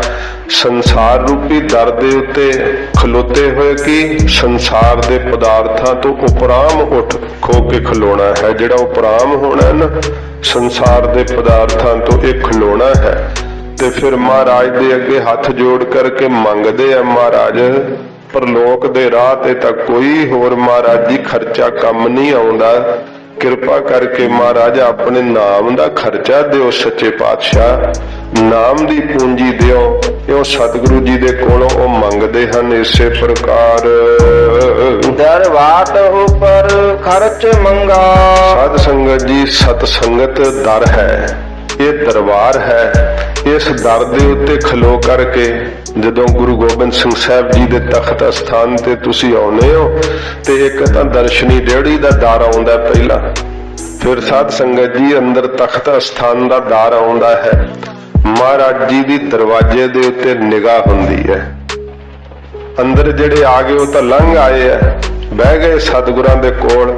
ਜਿਹੜਾ ਦਰ ਤੇ ਖਲੋਤਾ ਕਹਿ ਰਿਹਾ ਮਹਾਰਾਜ ਮੈਨੂੰ ਅੰਦਰ ਆਉਣ ਦੀ ਇਜਾਜ਼ਤ ਦਿਓ, ਸਤਿਗੁਰੂ ਜੀ ਉਹਦੇ ਨਿਗਾਹ ਪਾਉਂਦੇ। ਜਿਹੜਾ ਦਰ ਤੇ ਖਲੋ ਜਾਂਦਾ ਮੰਗਤਾ ਜੋ ਹੁੰਦਾ ਨਾ, ਮੰਗਤਾ ਦਰ ਤੇ ਖਲੋ ਕੇ ਫਿਰ ਜਦੋਂ ਮਹਾਰਾਜ ਦੇ ਅੱਗੇ ਅਰਦਾਸ ਕਰਦਾ ਹੈ, ਸੱਚੇ ਪਾਤਸ਼ਾਹ ਅਸੀਂ ਤੇਰੀ ਸਾਧ ਸੰਗਤ ਰੂਪੀ ਦਰ ਤੇ ਖਲੋ ਕੇ ਮਹਾਰਾਜ ਮੰਗਤੇ ਬਣ ਕੇ ਅਰਦਾਸ ਕਰਦੇ ਹਾਂ। ਸੱਚੇ ਪਾਤਸ਼ਾਹ ਹੇ ਬਾਜਾਂ ਵਾਲੇ ਸਤਿਗੁਰੂ ਜੀ ਅਸੀਂ ਤੇਰੇ ਦਰ ਤੇ ਮੰਗਤੇ ਆ ਗਏ। ਮਹਾਰਾਜ ਸੱਚੇ ਪਾਤਸ਼ਾਹ ਜਿਹੜਾ ਪ੍ਰਲੋਕ ਦਾ ਵਾਟ ਰਸਤਾ ਹੈ ਨਾ ਮਹਾਰਾਜ ਜੀ ਉਹ ਸੁਣਿਆ ਬੜਾ ਔਖਾ ਹੈ, ਬੜਾ ਕਠਿਨ ਹੈ, ਉੱਥੇ ਕੋਈ ਵੀ ਚੀਜ਼ ਨਹੀਂ ਚੱਲਦੀ। ਮਹਾਰਾਜ ਸਾਨੂੰ ਸ਼ਰਧਾ ਦੀ ਪੂੰਜੀ ਦਿਓ। ਮਹਾਰਾਜ ਸੱਚੇ ਪਾਤਸ਼ਾਹ ਨਾਮ ਦਾ ਖਰਚਾ ਦਿਓ, ਭਾਵ ਭਗਤੀ ਦਾ ਖਰਚਾ ਦਿਓ। ਸੱਚੇ ਪਾਤਸ਼ਾਹ ਜੀ ਪ੍ਰਲੋਕ ਦੇ ਰਸਤੇ ਤੇ ਜਿਹੜਾ ਖਰਚਾ ਆਉਂਦਾ ਹੈ ਨਾ ਉਹ ਮਹਾਰਾਜ ਸਾਹਿਬ ਜੀ ਸਾਨੂੰ ਕਿਰਪਾ ਕਰਕੇ ਬਖਸ਼ੋ। ਤੇ ਸਾਧ ਸੰਗਤ ਜੀ ਦਰ ਦੇ ਉੱਤੇ ਖੜੇ ਹੋਣਾ, ਪ੍ਰਤੱਖ ਇੱਕ ਤਾਂ ਖੜੇ ਹੋਣਾ, ਕਿਉਂਕਿ ਜਦੋਂ ਬੈਠੇ ਹੋਈਏ ਫਿਰ ਸੰਗਤ ਕਰੀਦੀ ਹੈ ਜੁੜ ਕਰਕੇ। ਜਦੋਂ ਮਨ 'ਚ ਕੋਈ ਫਰਿਆਦ ਹੁੰਦੀ ਹੈ ਨਾ ਉਹ ਫਿਰ ਖੜਾ ਹੋ ਜਾਂਦਾ ਹੈ। ਇੱਥੇ ਖੜਾ ਹੋਣਾ ਅੰਤਰੀਵ ਕੀ ਹੈ? ਸੰਸਾਰ ਦੇ ਰਸਾਂ ਨੂੰ ਛੱਡ ਦੇਣਾ, ਸੰਸਾਰ ਦੇ ਦੇਹਾਂ ਦੇ ਮੋਹ ਛੁਟਕ ਜਾਣੇ, ਇਹ ਉੱਠਣਾ ਹੈ। ਤੇ ਜਦੋਂ ਉੱਠੋਂ ਅਸੀਂ ਉੱਠਦੇ ਹੀ ਨਹੀਂ ਫਰਿਆਦ ਕਿਵੇਂ ਕਰਾਂਗੇ? ਸੱਚੇ ਪਾਤਸ਼ਾਹ ਜੀ ਕਹਿੰਦੇ ਆ ਰਸਾਂ ਕਸਾਂ ਨੂੰ ਛੱਡ ਦੇ ਫਿਰ ਤੂੰ ਉੱਠ ਖਲੋਵੇਂਗਾ। ਤੇ ਜਦੋਂ ਉੱਠ ਖਲੋਤੇ ਵੱਲ ਨਿਗਾਹ ਪੈ ਜਾਣੀ ਫਿਰ ਮਹਾਰਾਜ ਦੀ, ਤੇਰੇ ਉੱਤੇ ਸਤਿਗੁਰੂ ਨਿਗਾਹ ਪਾ ਕੇ ਪੁੱਛਣਗੇ ਸਿੱਖਾ ਕਿਉਂ ਖਲੋਤਾ ਏ, ਦੱਸ ਤੇਰੇ ਹੱਥ ਜੁੜੇ ਹੋਏ ਤੈਨੂੰ ਕੀ ਚਾਹੀਦਾ ਹੈ? ਮਹਾਰਾਜ ਮੈਨੂੰ ਦਰਗਾਹ ਦਾ ਖਰਚਾ ਚਾਹੀਦਾ। ਸੱਚੇ ਪਾਤਸ਼ਾਹ ਪ੍ਰਲੋਕ ਦੇ ਰਾਹ ਦਾ ਖਰਚਾ ਚਾਹੀਦਾ। ਮਹਾਰਾਜ ਕਿਰਪਾ ਕਰਕੇ ਮੈਨੂੰ ਨਾਮ ਦੀ ਪੂੰਜੀ ਦਿਓ। ਕਿਉਂ ਸਿੱਖ ਸਤਿਗੁਰੂ ਜੀ ਦੇ ਕੋਲੋਂ ਮੰਗਦੇ ਆ, ਜਿਨ੍ਹਾਂ ਦੇ ਅੰਦਰ ਵਾਹਿਗੁਰੂ ਦਾ ਪਿਆਰ ਲੱਗਦਾ ਨਾ ਉਹਨਾਂ ਦੀ ਹਾਲਤ ਗੁਰੂ ਨਾਨਕ ਸਾਹਿਬ ਜੀ ਦੱਸ ਰਹੇ ਕਿ ਦਰਵਾਟ ਉੱਪਰ ਖਰਚ ਮੰਗਾ। ਉਹ ਸਾਧ ਸੰਗਤ ਰੂਪੀ ਦਰ ਦੇ ਉੱਤੇ ਖਲੋ ਕਰਕੇ ਮਨ ਬੁੱਧ ਰੂਪੀ ਹੱਥ ਜੋੜ ਕਰਕੇ ਅੰਦਰੋਂ ਸੰਸਾਰ ਤੋਂ ਅਪਰਾਮ ਹੋਣ ਰੂਪ ਉੱਠ ਖਲੋਤੇ ਆ ਤੇ ਮਹਾਰਾਜ ਦੇ ਅੱਗੇ ਹੱਥ ਜੋੜ ਕਰਕੇ ਮੰਗ ਰਹੇ ਆ ਸੱਚੇ ਪਾਤਸ਼ਾਹ ਪਰਮਾਰਥ ਦੇ ਰਾਹ ਦਾ ਖਰਚ ਦਿਓ। ਸੱਚੇ ਪਾਤਸ਼ਾਹ ਜੀ हे ਵਾਹਿਗੁਰੂ ਆਪ ਜੀ ਦੇ ਮਿਲਾਪ ਦਾ ਜਿਹੜਾ ਰਸਤਾ ਹੈ ਨਾ ਉਹਦਾ ਖਰਚਾ ਜਿਹੜਾ ਭਾਵ ਭਗਤੀ ਹੈ ਮਹਾਰਾਜ ਕਿਰਪਾ ਕਰਕੇ ਦੇ ਦਿਓ। ਇਹ ਮੰਗਦੇ ਆ ਜਪਾ ਦੇ ਤਾ ਖਾਏ। ਤੇ ਗੁਰੂ ਨਾਨਕ ਸਾਹਿਬ ਜੀ ਕਹਿੰਦੇ ਜਪਾ ਜਦੋਂ ਮੇਰਾ ਵਾਹਿਗੁਰੂ ਦਿੰਦਾ ਨਾ ਉਹਨਾਂ ਨੂੰ ਨਾਮ ਦੀ ਪੂੰਜੀ ਫਿਰ ਉਹ ਖਾਂਦੇ ਆ ਕਿ ਭੋਗਦੇ ਆ, ਮਸਤ ਹੋ ਜਾਂਦੇ ਆ, ਉਸ ਆਨੰਦ ਨੂੰ ਮਾਣਦੇ ਹਨ। ਫਿਰ ਉਹ ਦੀਵਾਨ ਏਕੋ ਕਲਮ ਏਕਾ ਪੜ੍ਹਦੇ ਹੋ ਅੱਗੇ ਹਮਾ ਤੁਮਾ ਮੇਲ। ਹਮਾ ਤੁਮਾ ਮੇਲ ਮਹਾਰਾਜ ਕਹਿੰਦੇ ਭਾਈ ਜਿਨ੍ਹਾਂ ਦੀ ਬਿਰਤੀ ਹੰਗਤਾ ਵਿੱਚ ਮਿਲੀ ਰਹਿੰਦੀ ਹੈ, ਤੁੰਗਤਾ ਵਿੱਚ ਮਿਲੀ ਰਹਿੰਦੀ ਹੈ, ਭਾਵ ਮੇਰ ਤੇਰ ਵਿੱਚ ਫਸੇ ਰਹਿੰਦੇ ਹੈ, ਦੀਵਾਨ ਏਕੋ ਕਲਮ ਏਕਾ, ਉਹਨਾਂ ਲਈ ਮਹਾਰਾਜ ਕਹਿੰਦੇ ਸਾਡਾ ਵੇਖ ਲੋ ਉਪਦੇਸ਼ ਹੈ, ਸਿੱਖੋ ਚੇਤੇ ਕਰ ਲਓ ਪਰਮੇਸ਼ਰ ਦਾ ਬਣਾਇਆ ਹੋਇਆ ਧਰਮ ਰਾਜੇ ਦਾ ਦੀਵਾਨ ਕਚਹਿਰੀ ਇੱਕੋ ਹੀ ਹੈ ਜਿੱਥੇ ਸਭ ਨੂੰ ਜਾਣਾ ਪੈਂਦਾ ਹੈ। ਉਸ ਕਚਹਿਰੀ ਦੇ ਵਿੱਚ ਦੀ ਲੰਘੇ ਤੋਂ ਬਿਨਾਂ ਨਹੀਂ ਕੋਈ ਜਾ ਸਕਦਾ। ਉੱਥੇ ਨਿਬੇੜਾ ਹੋਣਾ ਹੈ ਤੇ ਵਾਹਿਗੁਰੂ ਦੀ ਫੜਾਈ ਹੋਈ ਕਲਮ ਵੀ ਇੱਕੋ ਹੀ ਹੈ। ਉਹ ਫਿਰ ਫੇਰਦਾ ਕਲਮ ਵੀ ਤੂੰ ਇੰਨੇ ਕੁਕਰਮ ਕੀਤੇ ਆ ਤੇ ਆ ਇਹਦੀ ਸਜ਼ਾ ਹੈ। ਫਿਰ ਉਹ ਜਦੋਂ ਕਲਮ ਫੇਲਦਾ ਤੇ ਦੱਸਦਾ ਕਿ ਉਹ ਪੁੱਛਦਾ ਮਹਾਰਾਜ ਇਹ ਸਜ਼ਾ ਕਿਉਂ ਮਿਲ ਰਹੀ ਹੈ? ਕਹਿੰਦੇ ਹਮਾ ਤੁਮਾ ਮੇਲ, ਤੈਨੂੰ ਭੇਜਿਆ ਸੀ ਸ਼ਬਦ ਦਾ ਜਾਪ ਕਰਨ ਲਈ, ਤੂੰ ਮੇਰ ਤੇਰ ਵਿੱਚ ਹੀ ਮਿਲਿਆ ਰਿਹਾ ਉੱਥੇ ਕਿ ਇਹ ਮੇਰਾ ਹੈ ਇਹ ਤੇਰਾ ਹੈ, ਇਸੇ ਕੰਮ 'ਚ ਹੀ ਲੱਗਾ ਰਿਹਾ। ਫਿਰ ਧਰਮ ਰਾਜਾ ਮਹਾਰਾਜ ਕਹਿੰਦੇ ਭਾਈ ਕਲਮ ਫੇਰਦਾ ਕੀਤੇ ਕਰਮਾਂ ਦੇ ਮੁਤਾਬਕ ਇਸੇ ਪ੍ਰਕਾਰ ਹੀ ਦੀਵਾਨ ਏਕੋ ਕਲਮ ਏਕਾ। ਮਹਾਰਾਜ ਜੀ ਕਹਿੰਦੇ ਭਾਈ ਉਹਨਾਂ ਨੂੰ ਦੀਵਾਨ ਆਸਰਾ ਵੀ ਇੱਕ ਵਾਹਿਗੁਰੂ ਦਾ ਹੀ ਹੈ ਤੇ ਫਿਰ ਕਲਮ ਵੀ ਹੁਕਮ ਰੂਪੀ ਕਲਮ ਵੀ ਵਾਹਿਗੁਰੂ ਦੀ ਇੱਕੋ ਹੀ ਆ ਜਿਹੜੀ ਸਾਰਿਆਂ ਦੇ ਮਸਤਕ ਦੇ ਉੱਤੇ ਵਗ ਰਹੀ ਆ। ਹਮਾ ਤੁਮਾ ਮੇਲ, ਜਿਨ੍ਹਾਂ ਦੀ ਸਾਧ ਸੰਗਤ ਦੀ ਬਿਰਤੀ, ਇਹ ਦੂਸਰਾ ਅਰਥ ਪਹਿਲਾਂ ਇਹ ਸਰਵਣ ਕਰਨਾ, ਹਮਾ ਤੁਮਾ ਮੇਲ, ਹਮਾ ਸਾਨੂੰ ਤੇ ਤਮਾ ਤਮਾਮ ਨੂੰ ਮੇਲਣ ਵਾਲਾ ਉਹ ਵਾਹਿਗੁਰੂ ਹੀ ਹੈ, ਕੋਈ ਹੋਰ ਨਹੀਂ ਮੇਲ ਸਕਦਾ ਹੈ। ਸੱਚੇ ਪਾਤਸ਼ਾਹ ਜੀ ਕਹਿੰਦੇ ਐ ਉਸੇ ਦਾ ਹੀ ਆਸਰਾ ਤੱਕੋ ਕਿਉਂਕਿ ਉਹਦੀ ਹੀ ਹੁਕਮ ਰੂਪੀ ਕਲਮ ਚੱਲ ਰਹੀ ਹੈ। ਇਹ ਮਹਾਰਾਜ ਜੀ ਕਹਿੰਦੇ ਨੇ ਫਿਰ ਹਮਾ ਤੁਮਾ ਮੇਲ, ਜਿਨ੍ਹਾਂ ਦੇ ਅੰਦਰ ਹੰਗਤਾ ਤੇ ਸਾਧ ਸੰਗਤ ਜੀ ਮਮਤਾ, ਜਿਨ੍ਹਾਂ ਦੀ ਬਿਰਤੀ ਵਿੱਚ ਇਹਦਾ ਮੇਲ ਹੋਇਆ ਰਹਿੰਦਾ, ਹੰਗਤਾ ਮਮਤਾ ਵਿੱਚ ਫਸੇ ਰਹਿੰਦੇ ਹਨ। ਦਰ ਲਏ ਲੇਖਾ ਪੀੜ ਛੁੱਟਾ, ਉਹਨਾਂ ਦਾ ਫਿਰ ਕੀ ਹਾਲ ਹੁੰਦਾ ਹੈ? ਮਹਾਰਾਜ ਸਾਹਿਬ ਜੀ ਦੱਸਦੇ ਇਸ ਪੰਕਤੀ ਵਿੱਚ ਵੀ ਜਿਹੜੇ ਮੇਰ ਤੇਰ ਚ ਹੰਗਤਾ ਮਮਤਾ ਚ ਫਸੇ ਰਹਿੰਦੇ ਆ ਨਾ, ਇਸੇ ਵਿੱਚ ਹੀ ਚਿੱਤ ਦੀ ਬਿਰਤੀ ਮਿਲੀ ਰਹਿੰਦੀ ਹੈ, ਉਹਨਾਂ ਦਾ ਕੀ ਹਾਲ ਹੁੰਦਾ? ਹਜੂਰ ਕਹਿੰਦੇ ਆ ਦਰ ਲਏ ਲੇਖਾ ਪੀੜ ਛੁੱਟਾ। ਮਹਾਰਾਜ ਜੀ ਕਹਿੰਦੇ ਦਰ ਤੇ ਗਿਆ ਹੋਇਆਂ ਨੂੰ ਧਰਮ ਰਾਜੇ ਦੀ ਕਚਹਿਰੀ ਵਿੱਚ ਜਦੋਂ ਲੇਖਾ ਲੈਂਦੇ ਆ ਵੀ ਆ ਆਪਣਾ ਲੇਖਾ ਦੇ, ਤੇ ਫਿਰ ਮਹਾਰਾਜ ਕਹਿੰਦੇ ਜਿਵੇਂ ਕੋਲੂ ਚ ਪੀੜੀ ਦਾ ਮੈਂ ਪੀੜ ਸਿੱਟਦਾ ਧਰਮ ਰਾਜਾ ਵੀ ਆ ਜਾ ਤੇ ਕੁਕਰਮ ਤੈਂ ਕੀਤੇ। ਫਿਰ ਜਦੋਂ ਮੁਕਰੇ ਕਿ ਮੈਂ ਨਹੀਂ ਕੀਤੇ, ਉਹ ਦਿਖਾਉਂਦੇ ਆ ਸਾਹਮਣੇ ਪਿਆ ਤੂੰ ਹੀ ਹੈ, ਫਿਰ ਕਿਵੇਂ ਮੁਕਰ ਸਕਦਾ ਹੈ? ਦਰ ਲਏ ਲੇਖਾ, ਜਦੋਂ ਦਰ ਤੇ ਲੈਂਦੇ ਆ ਲੇਖਾ ਕੀਤੇ ਹੋਏ ਕਰਮਾਂ ਦਾ, ਫਿਰ ਮਹਾਰਾਜ ਜੀ ਕਹਿੰਦੇ ਪੀੜ ਸੁੱਟੈ। ਉਹ ਪੀੜ ਸੁੱਟਦੇ ਕੋਲੂ ਦੇ ਵਿੱਚ, ਕਿਵੇਂ ਪੀੜ ਦੇ? ਮਹਾਰਾਜ ਦੱਸਦੇ ਆ ਨਾਨਕਾ ਜਿਉ ਤੇਲ, ਮਹਾਰਾਜ ਕਹਿੰਦੇ ਜਿਵੇਂ ਤਿਲਾਂ ਦਾ ਤੇਲ ਕੱਢ ਦਿੱਤਾ ਜਾਂਦਾ ਹੈ।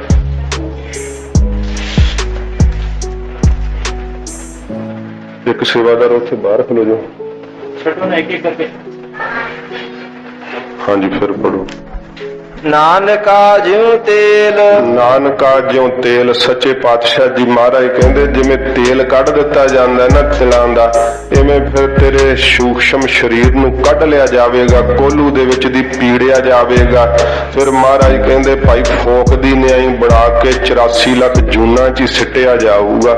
ਇਸ ਤਰ੍ਹਾਂ ਦੀ ਹਾਲਤ ਹੋਵੇਗੀ ਜਿਵੇਂ ਤੇਲ ਸਾਧ ਸੰਗਤ ਜੀ ਖਲ ਵੱਖ ਕੱਢ ਦਿੰਦੇ ਆ, ਤੇਲ ਵੱਖ ਕੱਢ ਦਿੱਤਾ ਜਾਂਦਾ ਹੈ। ਇਉਂ ਮਹਾਰਾਜ ਕਹਿੰਦੇ ਭਾਈ ਕੋਲੂ ਦੀ ਨਿਆਈ ਫਿਰ ਜਿਵੇਂ ਕੋਲੂ ਚ ਪੀੜੀ ਦਾ ਨਾ, ਇਵੇਂ ਪਾਪੀਆਂ ਨੂੰ ਫਿਰ ਉੱਥੇ ਪੀੜ ਦਿੱਤਾ ਜਾਂਦਾ ਹੈ। ਕਦੋਂ? ਜਦੋਂ ਦਰ ਤੇ ਗਿਆ ਨੂੰ ਫਿਰ ਲੇਖਾ ਲੈਂਦੇ ਆ। ਲੇਖਾ ਲੀਜੈ ਤਿਲ ਜਿਉ ਪੀੜੀ, ਮਹਾਰਾਜ ਦੇ ਵਾਕ ਹੈ ਖੰਡੇ ਧਾਰ ਗਲੀ ਅਤ ਭੀੜੀ। ਉੱਥੇ ਫਿਰ ਤਿਲ ਦੀ ਤਰ੍ਹਾਂ ਪੀੜ ਕੇ ਲੇਖਾ ਲੈਂਦੇ ਆ। ਤੇ ਇੱਥੇ ਅਸੀਂ ਸੋਚਦੇ ਹਾਂ ਕੌਣ ਵੇਖਦਾ, ਕੀ ਹਿਸਾਬ ਕਿਤਾਬ ਹੈ? ਧੰਨ ਗੁਰੂ ਨਾਨਕ ਸਾਹਿਬ ਜੀ ਮਹਾਰਾਜ ਕਹਿੰਦੇ ਸੋਚ ਲੈ, ਗੁਰਬਾਣੀ ਦਾ ਜਾਪ ਕਰਨ ਵਾਲੇ, ਜਿਹੜਾ ਆਸਾ ਦੀ ਵਾਰ ਦਾ ਨਿਤਨੇਮੀ ਹੈ, ਕੀਰਤਨ ਸੁਣਦਾ, ਕਦੇ ਪਾਪ ਨਹੀਂ ਕਰਦਾ। ਸਾਧ ਸੰਗਤ ਜੀ ਹਜੂਰ ਦੀ ਬਾਣੀ ਵਿੱਚ ਇੰਨਾ ਜ਼ੋਰ ਹੈ ਇਸ ਦਾ ਨਿਤਨੇਮ ਕਰਨ ਨਾਲ 84 ਲੱਖ ਜੂਨ ਦੇ ਗੇੜ ਤੋਂ ਬਚ ਜਾਈਦਾ ਹੈ। ਐਡੀ ਬਖਸ਼ਿਸ਼ ਸਾਰੀਆਂ ਹੀ ਆਸਾਂ ਪੂਰੀਆਂ ਕਰਨ ਵਾਲੀ ਹੈ ਸਤਿਗੁਰਾਂ ਦੀ ਅੰਮ੍ਰਿਤ ਬਾਣੀ ਹੈ। ਗੁਰਸਿੱਖੇ ਦਾ ਨਿਤਨੇਮ ਕਰਦੇ ਆ ਪਵਿੱਤਰ ਬਾਣੀ ਦਾ, ਤੋਂ ਸਤਿਗੁਰੂ ਜੀ ਕਹਿੰਦੇ ਹਨ ਦਰ ਲਏ ਲੇਖਾ ਪੀੜ ਛੁੱਟਾ। ਦਰ ਦੇ ਉੱਤੇ ਜਦੋਂ ਲੇਖਾ ਲੈਂਦੇ ਆ ਕੀਤੇ ਹੋਏ ਕਰਮਾਂ ਦਾ, ਪੁੱਛਦੇ ਹਿਸਾਬ ਕਿਤਾਬ, ਤੇ ਫਿਰ ਪੀੜ ਸੁੱਟਦੇ ਜਿਵੇਂ ਕੋਲੂ ਚ ਪੀੜ ਦੇਈਦਾ ਏ। ਨਾਨਕਾ ਜਿਉ ਤੇਲ, ਮਹਾਰਾਜ ਜੀ ਕਹਿੰਦੇ ਜਿਵੇਂ ਤੇਲ ਕੱਢ ਦਿੰਦੇ ਆ ਨਾ, ਖਲ ਵੱਖਰੀ ਕਰ ਦਿੰਦੇ ਆ, ਇਵੇਂ ਸਤਿਗੁਰੂ ਜੀ ਕਹਿੰਦੇ ਫੋਗ ਬਣਾ ਕੇ ਜੂਨਾਂ ਚ ਪਾਇਆ ਜਾਵੇਗਾ ਤੇਲ ਜਿਵੇਂ ਕੱਢ ਦਿੱਤਾ ਜਾਂਦਾ ਐਵੇਂ ਕੋਹਲੂ ਚ ਨਪੀੜ ਦਿੱਤਾ ਜਾਵੇਗਾ। ਪੌੜੀ ਪੌੜੀ ਦੁਆਰਾ ਮਹਾਰਾਜ ਫਰਮਾਉਂਦੇ ਹਨ, ਆਪੇ ਹੀ ਕਰਣਾ ਕੀਓ। ਹਜੂਰ ਕਹਿੰਦੇ ਨੇ ਆਪੇ ਹੀ ਪਰਮੇਸ਼ਰ ਨੇ ਇਹ ਕਰਨਾ ਕੀ ਹੈ, ਸੰਸਾਰ ਇਹ ਆਪ ਹੀ ਕੀਓ ਕੀਤਾ ਹੈ ਮੇਰੇ ਵਾਹਿਗੁਰੂ ਨੇ। ਗਲ ਆਪੇ ਹੀ ਤੈ ਧਾਰੀਆ। ਇਹ ਸੰਸਾਰ ਨਿਰਜੀਵ ਹੈ, ਇਹ ਜੜ ਹੈ, ਇਹਦੇ ਆਪਣੇ ਇਸ ਸੰਸਾਰ ਬਣਾਏ ਦੇ ਅੰਦਰ ਮਹਾਰਾਜ ਕਹਿੰਦੇ ਆਪੇ ਹੀ ਕਲ ਧਾਰੀ ਹੈ, ਆਪ ਹੀ ਕਲ ਸ਼ਕਤੀ ਜਿਹੜੀ ਹੈ ਨਾ ਆਪਣੀ ਚੇਤਨ ਸਖਤਾ ਦੀ ਉਹ ਪਾ ਕੇ ਸੰਸਾਰ ਨੂੰ ਆਪਣੇ ਆਸਰੇ ਤੇ ਹੀ ਧਾਰਨ ਕੀਤਾ ਹੋਇਆ, ਟਿਕਾਇਆ ਹੋਇਆ ਹੈ। ਵਾਹਿਗੁਰੂ ਦਾ ਆਸਰਾ ਨਾ ਹੋਵੇ ਤੇ ਜੀਵ ਕਹਿੰਦਾ ਮੈਂ ਦੋ ਲੱਤਾਂ ਤੇ ਖੜਾ, ਉਹ ਜਾ ਪੈਂਦੇ ਮੂੰਹ ਪਰਨੇ। ਫਿਰ ਵਾਹਿਗੁਰੂ ਦੇ ਆਸਰੇ ਨਾਲ ਹੀ ਸਭ ਕੁਝ ਖਲੋਤਾ ਹੋਇਆ ਹੈ। ਆਪਣੀ ਕਲ ਸ਼ਕਤੀ ਜਿਹੜੀ ਹੈ ਤਨ ਚੇਤਨ ਸੱਤਾ ਮਹਾਰਾਜ ਜੀ ਕਹਿੰਦੇ ਉਹ ਪਾ ਕਰਕੇ ਸਾਰੇ ਸੰਸਾਰ ਨੂੰ ਧਾਰਨ ਕੀਤਾ ਹੋਇਆ ਹੈ। ਮਹਾਰਾਜ ਜੀ ਕਹਿੰਦੇ ਆਪਣੇ ਆਸਰੇ ਤੇ ਟਿਕਾਇਆ ਹੋਇਆ ਹੈ। ਦੇਖ ਹੈ ਕੀਤਾ ਆਪਣਾ। ਆਪਣਾ ਕੀਤਾ ਹੋਇਆ ਸੰਸਾਰ ਮੇਰਾ ਵਾਹਿਗੁਰੂ ਆਪ ਵੇਖ ਰਿਹਾ ਏ। ਘਰ ਕੱਚੀ ਪੱਕੀ ਸਾਰੀਆ। ਫਿਰ ਸਾਧ ਸੰਗਤ ਜੀ ਇਹਦੇ ਅੰਦਰ ਜਿਹੜੀਆਂ ਇਹ ਚੌਪੜ ਦੀ ਖੇਡ ਦੀ ਤਰ੍ਹਾਂ ਸੰਸਾਰ ਮਹਾਰਾਜ ਨੇ ਜਿਹੜਾ ਪਸਾਰਿਆ ਹੋਇਆ ਹੈ, ਇਹਦੇ ਵਿੱਚ ਧਰ ਕੱਚੀ ਪੱਕੀ ਸਾਰੀ ਹੈ। ਜਿਹੜੀਆਂ ਕੱਚੀਆਂ ਨਰਦਾਂ ਉਹ ਕੀ ਹੈ, ਜਿਨ੍ਹਾਂ ਦੀਆਂ ਦੇਹਾਂ ਰੂਪੀ ਕੱਚੀਆਂ ਨਰਦਾਂ ਕੀ ਹੈ, ਉਹ ਕਿ ਵਕਾਰਾਂ ਵਿੱਚ ਲੱਗੇ ਹੋਏ ਹੈ। ਜਿਹੜੇ ਵਿਸ਼ਿਆਂ ਵਕਾਰਾਂ ਦੇ ਰਸਾਂ ਨੂੰ ਭੋਗੀ ਜਾਂਦੇ ਆ, ਜ਼ਬਾਨ ਦੇ ਰਸ ਵਿੱਚ ਫਸੇ ਹੋਏ ਆ, ਸਾਰੇ ਹੀ ਔਗਣ ਚਿੰਬੜੇ ਹੋਏ ਆ, ਉਹ ਨਰਦਾਂ ਕੱਚੀਆਂ ਰਹਿੰਦੀਆਂ ਹਨ। ਤੇ ਜਿਹੜੀ ਸਾਧ ਸੰਗਤ ਜੀ ਸਾਰੀ ਨਰਦ ਨੂੰ ਕਹਿੰਦੇ ਆ ਧਰ ਕੱਚੀ ਪੱਕੀ ਸਾਰੀ ਹੈ। ਧਰ ਕੇ ਕਿੱਥੇ, ਸੰਸਾਰ ਰੂਪੀ ਇਹ ਸਾਧ ਸੰਗਤ ਜੀ ਧਰਤੀ ਦੇ ਉੱਤੇ ਧਰ ਕਰਕੇ ਮੇਰਾ ਵਾਹਿਗੁਰੂ ਇਹ ਨਰਦਾਂ ਜਿਹੜੀਆਂ ਨਾ ਕੱਚੀਆਂ ਪੱਕੀਆਂ, ਇਹਨਾਂ ਨੂੰ ਫਿਰ ਜਿਹੜੀਆਂ ਕੱਚੀਆਂ ਨਰਦਾਂ ਉਹ ਬਾਰ-ਬਾਰ ਖੇਲ ਚ ਆਉਂਦੀਆਂ। ਜਿਹੜੇ ਦੇਹਾਂ ਰੂਪੀ ਕੱਚੀਆਂ ਨਰਦਾਂ ਜਿਨ੍ਹਾਂ ਦੀ ਜਿੰਦ ਕੱਚੀ ਨਰਦ ਦੀ ਤਰ੍ਹਾਂ ਹੈ, ਉਹ ਬਾਰ-ਬਾਰ ਫਿਰ ਜੂਨਾ ਰੂਪੀ ਖੇਲ ਚੌਪੜ ਦੀ ਖੇਲ ਚ ਆਈ ਜਾਂਦੇ। ਜਿਹੋ ਜੇ ਕਰਮ ਕਰਦੇ ਆ ਉਹੋ ਜਿਹੀਆਂ ਜੂਨਾਂ ਦੇ ਵਿੱਚ ਫਿਰ ਆ ਕਰਕੇ ਖੇਲਦੇ ਆ। ਤੇ ਜਿਹੜੀ ਨਰਦ ਪੱਕ ਜਾਂਦੀ ਹੈ, ਪੱਕੀ ਨਰਦ ਫਿਰ ਸਾਧ ਸੰਗਤ ਜੀ ਉਹ ਚੌਪੜ ਦੀ ਖੇਲ ਤੋਂ ਬਾਹਰ ਆ ਜਾਂਦੀ ਵੀ ਇਹ ਨਰਦ ਪੁੱਗ ਗਈ ਹੈ। ਇਸ ਪ੍ਰਕਾਰ ਸਤਿਗੁਰੂ ਜੀ ਕਹਿੰਦੇ ਹਨ, ਦੇਖ ਹੈ ਕੀਤਾ ਆਪਣਾ। ਆਪਣੇ ਕੀਤੇ ਹੋਏ ਸੰਸਾਰ ਨੂੰ ਮੇਰਾ ਵਾਹਿਗੁਰੂ ਇਹਨਾਂ ਦੇਹਾਂ ਦੇ ਕੀਤੇ ਕਰਮਾਂ ਨੂੰ ਸਭ ਜੀਆਂ ਨੂੰ ਆਪ ਵੇਖ ਰਿਹਾ ਏ।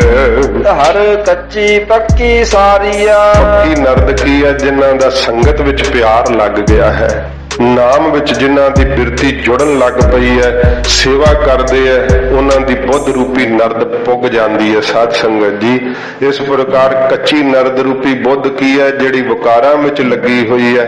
ਮੇਰਾ ਵਾਹਿਗੁਰੂ ਮਹਾਰਾਜ ਕਹਿੰਦੇ ਭਾਈ ਇਹਨਾਂ ਨੂੰ ਜਿਹੜੇ ਭਾਵ ਭਗਤੀ ਜਿਨ੍ਹਾਂ ਨੂੰ ਜੋੜਦਾ ਉਹਨਾਂ ਦੀ ਜਿੰਦ ਰੂਪੀ ਨਰਦ ਪੁਗਾ ਦਿੰਦਾ। ਫਿਰ ਉਹਨਾਂ ਨੂੰ ਸੰਸਾਰ ਰੂਪੀ ਚੌਪੜ ਵਿੱਚ ਨਹੀਂ ਆਉਣਾ ਪੈਂਦਾ ਹੈ, ਉਹਨਾਂ ਦੀ ਸਿੱਧੇ ਰੂਪੀ ਨਰਦ ਪੁੱਗ ਜਾਂਦੀ ਹੈ। ਕੱਚੀਆਂ ਨਰਦਾਂ ਫਿਰ ਇਸ ਖੇਲ ਵਿੱਚ ਆਉਂਦੀਆਂ, ਬਾਰ-ਬਾਰ ਉਹ ਜਿੰਦਾਂ ਜੂਨਾਂ ਵਿੱਚ ਆਉਂਦੀਆਂ ਹਨ। ਜੋ ਆਇਆ ਸੋ ਚੱਲ ਸੀ। ਜਿਹੜਾ ਸੰਸਾਰ ਵਿੱਚ ਆਇਆ ਹਜੂਰ ਗੁਰੂ ਨਾਨਕ ਸਾਹਿਬ ਜੀ ਕਹਿੰਦੇ ਰਹੇਗਾ ਨਹੀਂ ਭਾਈ, ਸਭ ਕੁਝ ਚਲਿਆ ਜਾਵੇਗਾ। ਸਭ ਕੋਈ ਆਈ ਵਾਰੀਆ। ਸਭ ਕੋਈ ਦੀ ਮਹਾਰਾਜ ਕਹਿੰਦੇ ਨੇ ਭਾਈ ਜਿਹਦੀ ਕਿਹਦੀ ਵਾਰੀ ਆ ਗਈ, ਰਾਣਾ ਰਾਵ ਨ ਕੋਰ ਹੈ ਰੰਗ ਨ ਤੁੰਗ ਫਕੀਰ, ਵਾਰੀ ਆਪੋ ਆਪਣੀ ਕੋਈ ਨ ਬੰਧੈ ਧੀਰ। ਸੱਚੇ ਪਾਤਸ਼ਾਹ ਕਿਹਾ ਜਿਹਾ ਚੀਰੀ ਲਿਖਿਆ ਤੇਹਾ ਹੁਕਮ ਕਮਾਏ, ਕੱਲ੍ਹੇ ਆਵਹਿ ਨਾਨਕਾ ਸੱਦੇ ਉਠੀ ਜਾਹੇ। ਜਦੋਂ ਮਹਾਰਾਜ ਜੀ ਕਹਿੰਦੇ ਭਾਈ ਆ ਜਾਂਦਾ ਹੈ ਨਾ ਉਹਦਾ ਸੁਨੇਹਾ, ਉਹ ਮਹਾਰਾਜ ਕਹਿੰਦੇ ਹਨ ਜੋ ਆਇਆ ਸੋ ਚੱਲ ਸੀ। ਜਿਹੜਾ ਆਇਆ ਦੇ ਕਰਕੇ ਸੰਸਾਰ ਦੇ ਅੰਦਰ ਜਨਮ ਲੈ ਕੇ ਆਇਆ, ਜੋ ਜਨਮ ਹੈ ਸੋ ਜਨ ਹੋਊਗਾ। ਮਹਾਰਾਜ ਕਹਿੰਦੇ ਉਹ ਚੱਲ ਸੀ, ਇੱਕ ਦਿਨ ਚਲਿਆ ਜਾਵੇਗਾ ਇਸ ਸੰਸਾਰ ਤੋਂ।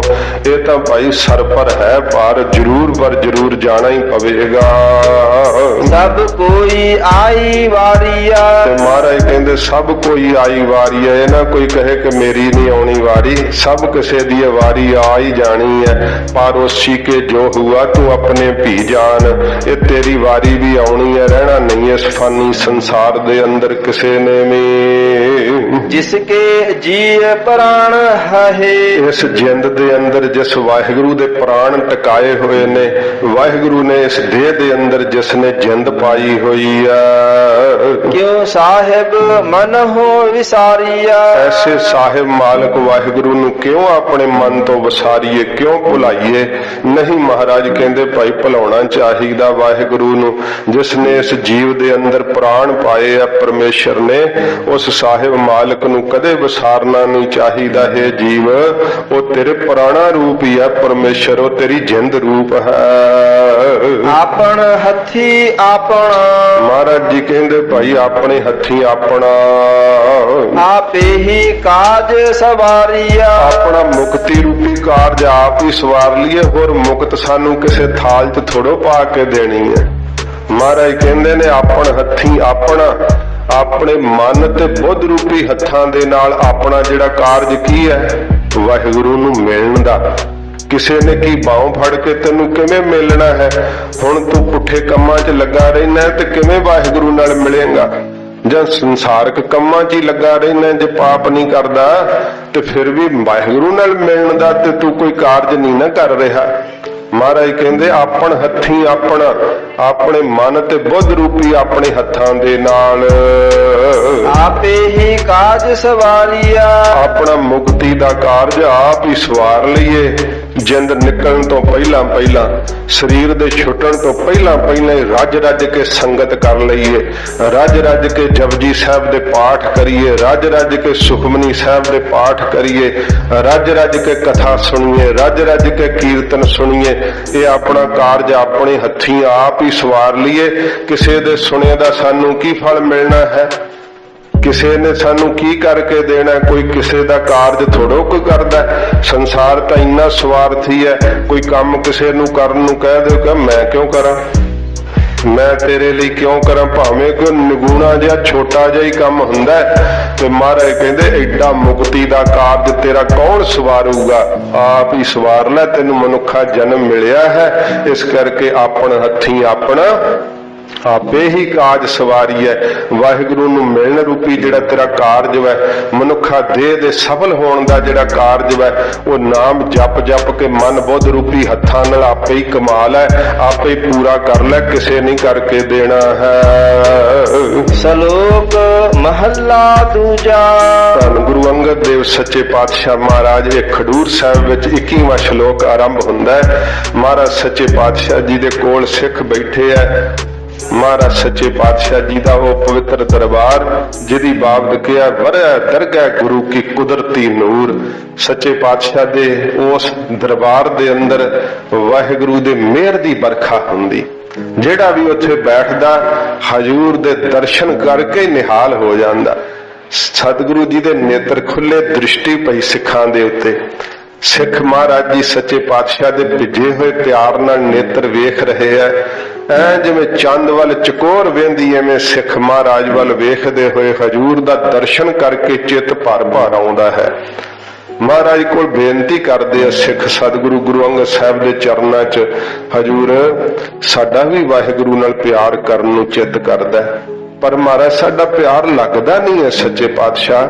ਹਜੂਰ ਸਿੱਖਾਂ ਦੀ ਇਹ ਬੇਨਤੀ ਸੁਣ ਕੇ ਕਹਿੰਦੇ ਆ ਗਰੀਬ ਨਵਾਜ, ਇਹ ਕਨੇਹੀ ਆਸ ਕੀ। ਮਹਾਰਾਜ ਕਹਿੰਦੇ ਸਿੱਖੋ ਇਹ ਕਿਹੋ ਜੀ ਆਸ਼ਕੀ ਹੈ, ਇਹ ਕਿਹੋ ਜਿਹਾ ਪ੍ਰੇਮ ਹੈ। ਦੂਜਾ ਲੱਗਾ ਜਾਏ, ਜਿਹੜਾ ਦੂਜੇ ਰਸਾਂ ਵਿੱਚ ਲੱਗਾ ਹੋਵੇ ਜਾ ਕਰਕੇ, ਨਾਲੇ ਜਵਾਨ ਵੀ ਰਸਾਂ ਨੂੰ ਚੱਖੀ ਜਾਵੇ, ਕਾਮ ਦਾ ਫੁਰਨਾ ਵੀ ਆ ਜੇ, ਕ੍ਰੋਧ ਵੀ ਆ ਜੇ, ਤੇ ਮਹਾਰਾਜ ਕਹਿੰਦੇ ਥੋੜੀ ਪਰਮੇਸ਼ਰ ਦਾ ਪ੍ਰੇਮ ਹੈ। ਫਿਰ ਇੱਕ ਨੇ ਹੀ ਆਸ਼ਕੀ, ਇਹ ਕਿਹੋ ਜੀ ਆਸ਼ਕੀ ਹੈ, ਇਹ ਕਿਹੋ ਜਿਹਾ ਪ੍ਰੇਮ ਹੈ। ਦੂਜਾ ਲੱਗਾ ਜਾਏ, ਜਿਹੜਾ ਦੂਜੇ ਰਸਾਂ ਵਿੱਚ ਦਵੈਤ ਵਿੱਚ ਲੱਗ ਜਾਂਦਾ ਹੈ ਜਾ ਕਰਕੇ।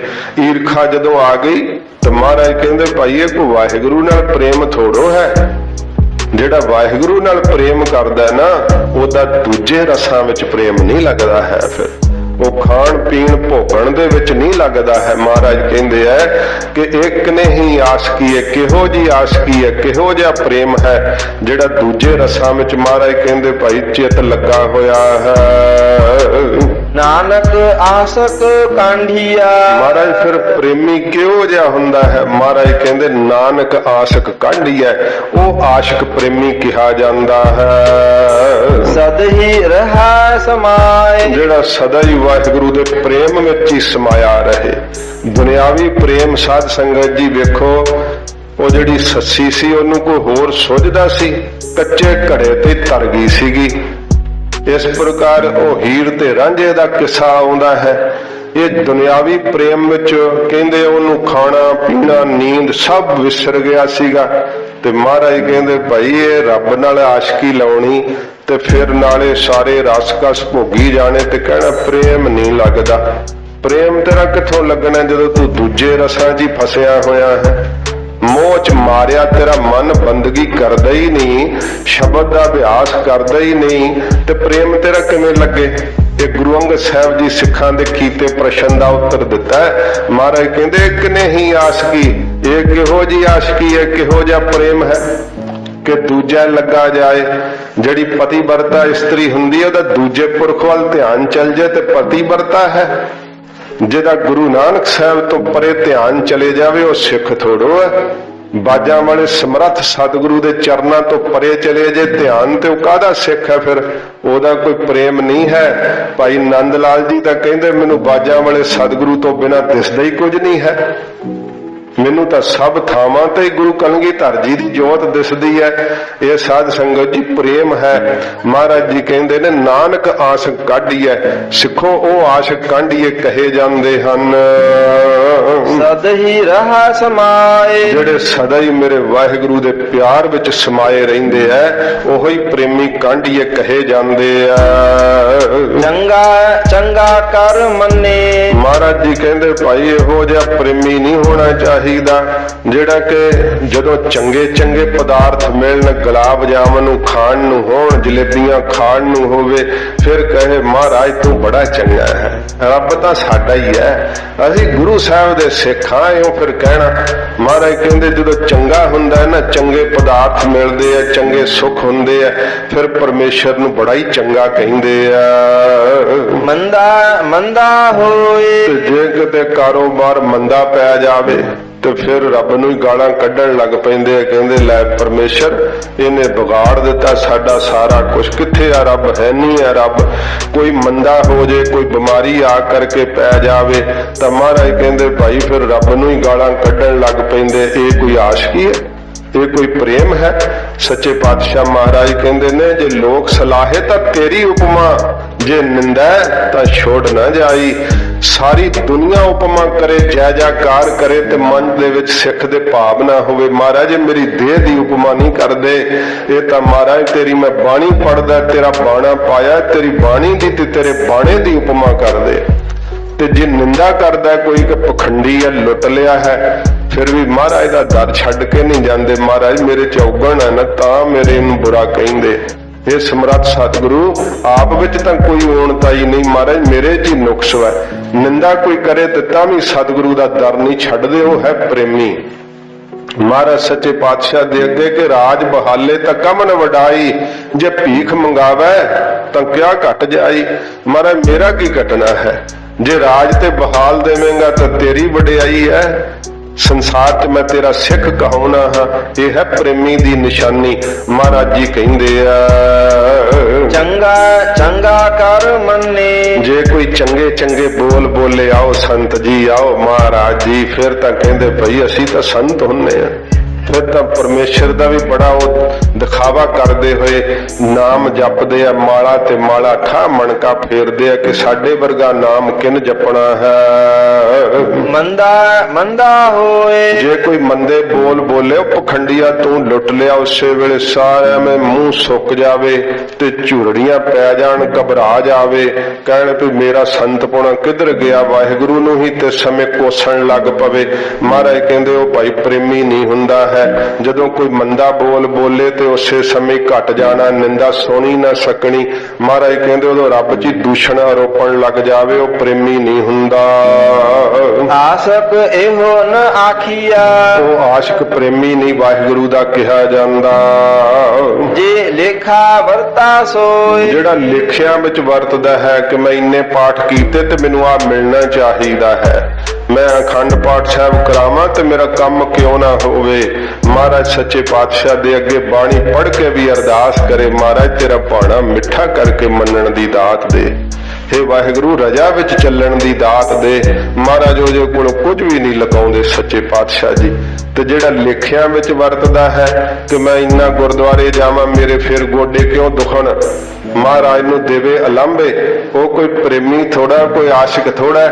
ਆਸ਼ਿਕ ਤਾਂ ਸਾਧ ਸੰਗਤ ਜੀ ਆਪਣੇ ਪ੍ਰੇਮ ਵਿੱਚ ਆਪਣਾ ਸਿਰ ਵੀ ਕਟਾ ਕੇ ਹੱਸਦੇ ਐ, ਆਪਣਾ ਸਭ ਕੁਝ ਵਾਰ ਕੇ ਵੀ ਕਹਿੰਦੇ ਐ ਕਿ ਤਨ ਗੰਦਗੀ ਕੀ ਕੋਠੜੀ, ਹਰ ਹੀਰਿਆਂ ਕੀ ਖਾਨ, ਜੇ ਸਿਰ ਦਿੱਤਿਆ ਹਰ ਮਿਲੈ ਤਾਂ ਵੀ ਸਸਤਾ ਜਾਨ। ਸਿੱਖ ਬੰਦ ਛਡਗਾਵ ਕੇ ਵੀ ਕਹਿੰਦੇ ਆ ਮਹਾਰਾਜ ਇਹ ਤਾਂ ਬੜਾ ਹੀ ਸੌਖਾ ਮਿਲ ਗਿਆ ਆਪ ਜੀ ਦਾ ਪਿਆਰ। ਲਾਹੌਰ ਦੇ ਉਸ ਨਖਾਸ ਚੌਂਕ ਵਿੱਚ ਸਾਡੀਆਂ ਮਾਤਾਵਾਂ ਨੇ ਆਪਣੇ ਬੱਚੇ ਟੋਟੇ ਟੋਟੇ ਕਰਵਾ ਕੇ ਉਹਨਾਂ ਦੇ ਹਾਰ ਗਲਾਂ 'ਚ ਪਵਾ ਕੇ ਅਰਦਾਸ ਕਰਦੀਆਂ, ਸੁਖਮਨੀ ਸਾਹਿਬ ਦੀ ਬਾਣੀ ਪੜ੍ਹਦੀਆਂ ਹੋਈਆਂ। ਮਹਾਰਾਜ ਬੜਾ ਹੀ ਭਲਾ ਕੀਤਾ ਜੇ, ਸ਼ਾਇਦ ਵੱਡਾ ਹੋ ਕੇ ਸਿੱਖੀ ਤੋਂ ਹੀ ਨਾ ਮੁਨਕਰ ਹੋ ਜਾਂਦਾ। ਆਪ ਨੇ ਇਹਨੂੰ ਸ਼ਹਾਦਤ ਦੀ ਦਾਤ ਦੇ ਕੇ ਆਪਣੇ ਦਰ ਪ੍ਰਵਾਨ ਚਾੜ ਲਿਆ। ਸੱਚੇ ਪਾਤਸ਼ਾਹ ਮੇਰੀ ਕੁੱਖ ਨੂੰ ਸਫਲਿਆਂ ਕਰ ਦਿੱਤਾ ਹੈ।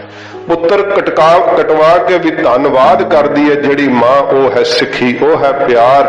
ਤੇ ਜਿਹੜੇ ਲੇਖਿਆਂ ਵਿੱਚ ਵਰਤਦੇ ਆ ਕਿ ਮਹਾਰਾਜ ਸਾਡਾ ਇਉਂ ਕਿਉਂ ਨੁਕਸਾਨ ਹੋਇਆ, ਸਾਡਾ ਕਿਉਂ ਮਾੜਾ ਹੋ ਗਿਆ, ਮਹਾਰਾਜ ਕਹਿੰਦੇ ਉਹਨੂੰ ਭਾਈ ਸਿੱਖ ਨਹੀਂ ਕਿਹਾ ਜਾਂਦਾ, ਉਹਨੂੰ ਵਾਹਿਗੁਰੂ ਦਾ ਪ੍ਰੇਮੀ ਨਹੀਂ ਕਿਹਾ ਜਾਂਦਾ।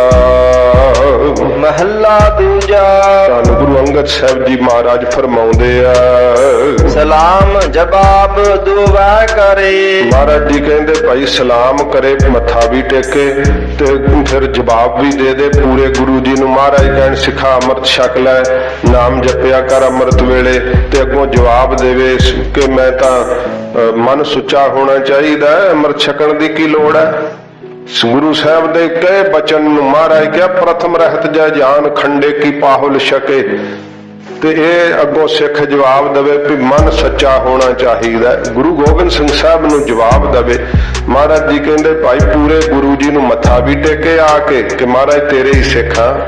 ਤੇ ਅੱਗੋਂ ਗੁਰੂ ਸਾਹਿਬ ਜੀ ਆਗਿਆ ਕਰਨ ਅੰਮ੍ਰਿਤ ਵੇਲੇ ਉੱਠ ਕੇ ਨਾਮ ਜਪਿਆ ਕਰੋ ਤਾਂ ਮਹਾਰਾਜ ਔਖਾ ਹੈ, ਜਵਾਬ ਦੇ ਦੇਵੇ।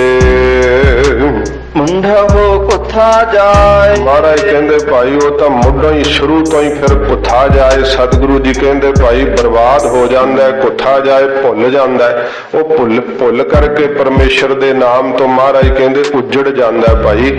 ਜਿਹੜਾ ਗੁਰੂ ਸਾਹਿਬ ਜੀ ਦੇ ਅੱਗੇ ਮੱਥਾ ਵੀ ਟੇਕਦਾ ਤੇ ਜਵਾਬ ਵੀ ਦੇ ਦਿੰਦਾ।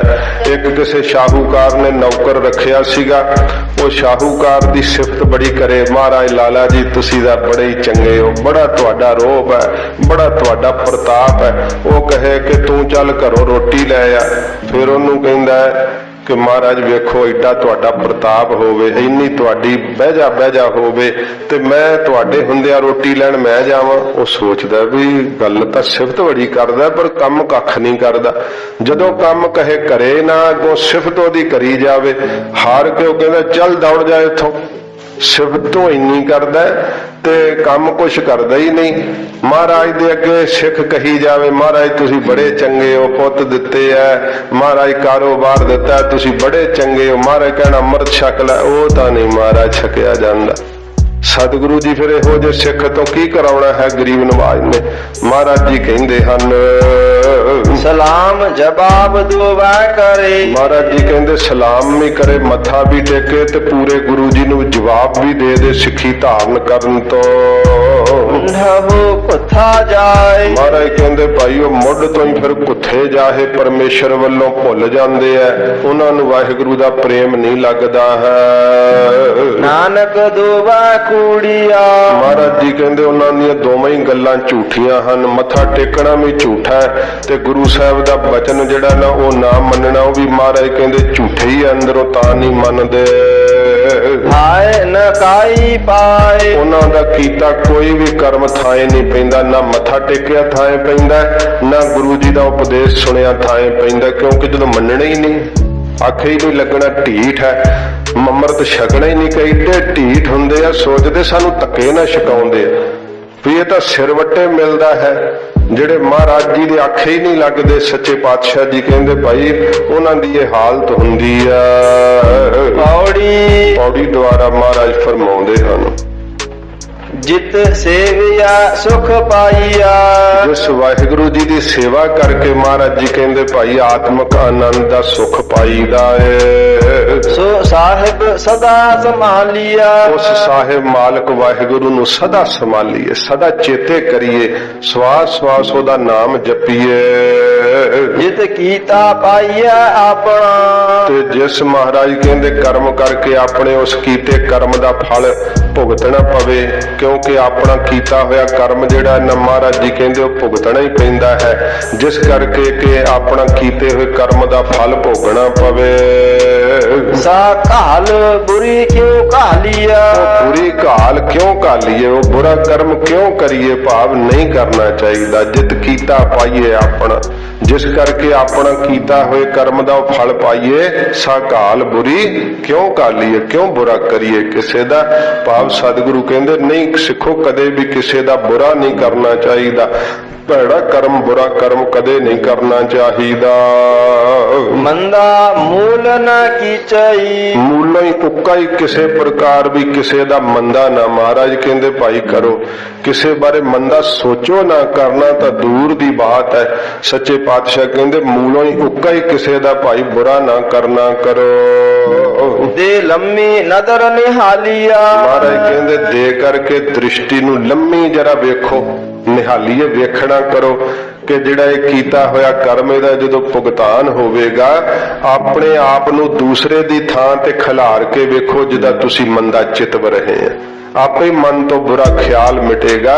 ਮਹਾਰਾਜ ਕਹਿੰਦੇ ਤੇ ਲੰਮੀ ਨਜ਼ਰ ਨਿਹਾਲੀ ਹੈ। ਲੰਮੀ ਨਜ਼ਰ ਕੀ ਹੈ, ਪਰਲੋਕ ਤੱਕ ਵੇਖੋ, ਜੇ ਨਹੀਂ ਦਿਸਦਾ ਤੇ ਗੁਰੂ ਜੀ ਦੇ ਸ਼ਬਦ ਦੇ ਸ਼ੀਸ਼ੇ ਵਿੱਚ ਦੀ ਵੇਖੋ। ਮਹਾਰਾਜ ਕਹਿੰਦੇ ਜੇ ਤੁਹਾਨੂੰ ਨਹੀਂ ਦਿਸ ਰਿਹਾ ਨਾ, ਕਿਉਂਕਿ ਮਹਾਰਾਜ ਸੱਚੇ ਪਾਤਸ਼ਾਹ ਜੀ ਕਹਿੰਦੇ ਨੇ ਨੇੜਾ ਦਿਸੈ ਮਾਤ ਲੋਕ ਤੁਧ ਸੁਝੈ ਦੂਰ। ਇਹ ਸੱਤੇ ਤੇ ਬਲਵੰਡ ਨੇ ਆਖਿਆ ਸੀ ਮਹਾਰਾਜ ਸਾਨੂੰ ਤਾਂ ਮਾਤ ਲੋਕ ਹੀ ਨੇੜੇ ਦਿਸਦਾ, ਖਾਣਾ ਪੀਣਾ ਮੌਜਾਂ ਕਰਨੀਆਂ, ਪਰ ਤੁਧ ਸੁਝੈ ਦੂਰ, ਆਪ ਜੀ ਨੂੰ ਤਾਂ ਪੂਰਾ ਦੂਰ ਤੱਕ ਦਿਸ ਰਿਹਾ ਹੈ, ਪਰਲੋਕ ਦੀ ਹਾਲਤ ਦਿਸ ਰਹੀ ਹੈ। ਇਹ ਪਰਲੋਕ ਦੀ ਹਾਲਤ ਗੁਰੂ ਨਾਨਕ ਸਾਹਿਬ ਜੀ ਮਹਾਰਾਜ ਨੇ ਕਿਹਾ। ਮਹਾਰਾਜ ਕਹਿੰਦੇ ਲੰਮੀ ਦ੍ਰਿਸ਼ਟੀ ਪਾ ਕੇ ਵੇਖ, ਪਾਪ ਨਾ ਕਰ, ਕਿਉਂਕਿ ਇਹਦਾ ਫਲ ਤੈਨੂੰ ਆਪ ਭੁਗਤਣਾ ਪਵੇਗਾ, ਸਜ਼ਾ ਮਿਲੇਗੀ। ਜੋ ਸਾਹਿਬ ਨਾਲ ਨ ਹਾਰੀਆ। ਜਿਸ ਕਰਮ ਦੇ ਨਾਲ ਮਹਾਰਾਜ ਜੀ ਕਹਿੰਦੇ ਭਾਈ ਵਾਹਿਗੁਰੂ ਦੇ ਦਰ ਤੇ ਪ੍ਰਵਾਨ ਚੜੀਏ, ਸਤਿਗੁਰੂ ਜੀ ਕਹਿੰਦੇ ਉਹ ਕਾਰਜ ਕਰਨਾ ਕਰੀਏ ਕਿ ਜਿਸ ਤਰ੍ਹਾਂ ਵਾਹਿਗੁਰੂ ਜੀ ਦੇ ਪਿਆਰ ਦੇ ਵਿੱਚ ਭਿੱਜ ਜਾਈਏ ਕਿ ਅਸੀਂ ਦਰਗਾਹ ਵਿੱਚ ਹਾਰੀਏ ਨਾ। ਜਦੋਂ ਅਸੀਂ ਸਰੀਰ ਛੱਡ ਕਰਕੇ ਉਸ ਦਰਗਾਹ ਵਿੱਚ ਜਾਈਏ ਕਿ ਸਾਹਿਬ ਦੇ ਅੱਗੇ ਸਾਨੂੰ ਹਾਰ ਨਾ ਆਵੇ, ਮਹਾਰਾਜ ਦੇ ਅੱਗੇ ਉਜਲਾ ਮੁਖ ਲੈ ਕਰਕੇ ਜਾਈਏ। ਹਜੂਰ ਕਹਿੰਦੇ ਹਨ ਇਸੇ ਪ੍ਰਕਾਰ ਜੋ ਸਾਹਿਬ ਨਾਲ ਨ ਹਾਰੀਆ। ਜਿਸ ਤਰੀਕੇ ਨਾਲ ਸਾਹਿਬ ਮਾਲਕ ਦੇ ਅੱਗੇ ਮਹਾਰਾਜ ਕਹਿੰਦੇ ਜਾ ਕਰਕੇ ਹਾਰੀਏ ਨਾ। ਤੇ ਵੇਹਾ ਪਾਸਾ ਢਾਲੀਆ। ਉਹ ਵਾਲਾ ਪਾਸਾ ਜਿਹੜਾ ਨਾ ਨਾਮ ਦੇ ਜਪਣ ਦਾ, ਉਹ ਢਾਲਣਾ ਕਰੀਏ। ਪਾਸਾ ਹੁੰਦਾ ਨਾ ਚੌਪੜ ਦਾ, ਜਿਹੜਾ ਸਿੱਟੀਏ ਜਿਹਦੇ ਫਿਰ 6 ਦੇ 6 ਪੈਂਦੇ ਜਾਣ ਤੇ ਪੌ 12 ਪੈਂਦੀ ਹੈ ਨਾ। ਜਿਹੜੇ ਸਾਧ ਸੰਗਤ ਜੀ ਅੰਮ੍ਰਿਤ ਵੇਲੇ ਇਨ ਵਿਦ ਪਾਸਾ ਢਾਲੋ ਵੀਰ, ਪਾਸਾ ਢਾਲਦੇ ਆ ਵਾਹਿਗੁਰੂ ਵਾਹਿਗੁਰੂ ਵਾਹਿਗੁਰੂ। ਮਨ ਜਿਣ ਪਾਸਾ ਢਾਲਿਆ, ਜਿਨ੍ਹਾਂ ਨੇ ਮਨ ਨੂੰ ਜਿੱਤ ਲਿਆ ਵਿਕਾਰਾਂ ਤੋਂ, ਇਹ ਪਾਸਾ ਢਾਲਿਆ ਹੈ ਸਾਧ ਸੰਗਤ ਜੀ, ਉਹ ਫਿਰ ਸਾਹਿਬ ਨਾਲ ਨਾ ਹਾਰੀਏ। ਸਾਹਿਬ ਵਾਹਿਗੁਰੂ ਦੇ ਸਾਹਮਣੇ ਉਹਨਾਂ ਦੇ ਮੁਖ ਉਜਲੇ ਹੁੰਦੇ, ਮਹਾਰਾਜ ਉੱਠ ਕੇ ਤਖਤ ਤੋਂ ਕੰਠ ਲਾ ਲੈਂਦੇ ਸੱਚੇ ਪਾਤਸ਼ਾਹ, ਤੇ ਜਿਨ੍ਹਾਂ ਦੇ ਮੂੰਹ ਕਾਲੇ ਹੁੰਦੇ ਪਾਪਾਂ ਵਾਲੇ ਫਿਰ ਸਾਹਿਬ ਦੇ ਸਾਹਮਣੇ ਹਾਰ ਜਾਂਦੇ। ਉੱਥੇ ਫਿਰ ਧਰਮ ਰਾਜੇ ਦੀ ਕਚਹਿਰੀ 'ਚ ਉਹਨਾਂ ਨੂੰ ਕੱਢਿਆ ਜਾਂਦਾ ਹੈ। ਉਹ ਸੱਚੇ ਪਾਤਸ਼ਾਹ ਜੀ ਕਹਿੰਦੇ ਹਨ ਤੇ ਵੇਹਾ ਪਾਸਾ ਢਾਲੀਆ। ਉਹ ਵਾਲਾ ਪਾਸਾ ਭਜਨ ਸਿਮਰਨ ਵਾਲਾ, ਬੰਦਗੀ ਵਾਲਾ, ਸੰਗਤ ਵਾਲਾ ਪਾਸਾ, ਮਹਾਰਾਜ ਜੀ ਕਹਿੰਦੇ ਨਾਮ ਜਪਣ ਵਾਲਾ ਢਾਲਣ ਘਾਲਣਾ ਕਰੀਏ ਕਿ ਭਾਵ ਨਾਮ ਜਪਣਾ ਕਰੀਏ। ਕਿਛ ਲਾਹੇ ਉੱਪਰ ਘਾਲਿਆ। ਮਹਾਰਾਜ ਕਹਿੰਦੇ ਕੁਛ ਲਾਹੇ ਦੇ ਉੱਪਰ ਘਾਲਣਾ ਕਰੀਏ, ਭਾਵ ਜ਼ਿੰਦਗੀ ਦਾ ਲਾਹਾ ਕਮਾ ਲਈਏ, ਲਾਭ ਖੱਟ ਲਈਏ ਇਸ ਜ਼ਿੰਦਗੀ ਦਾ। ਕੋਈ ਘਾਲ ਕਰੀਏ, ਕੋਈ ਕਮਾਈ ਕਰੀਏ, ਐਵੇਂ ਸੁੱਤੇ ਪੈ ਪੈ ਕੇ ਆਪਣੀ ਜ਼ਿੰਦਗੀ ਦਾ ਬਰਬਾਦ ਕਰ ਛੱਡੀਏ।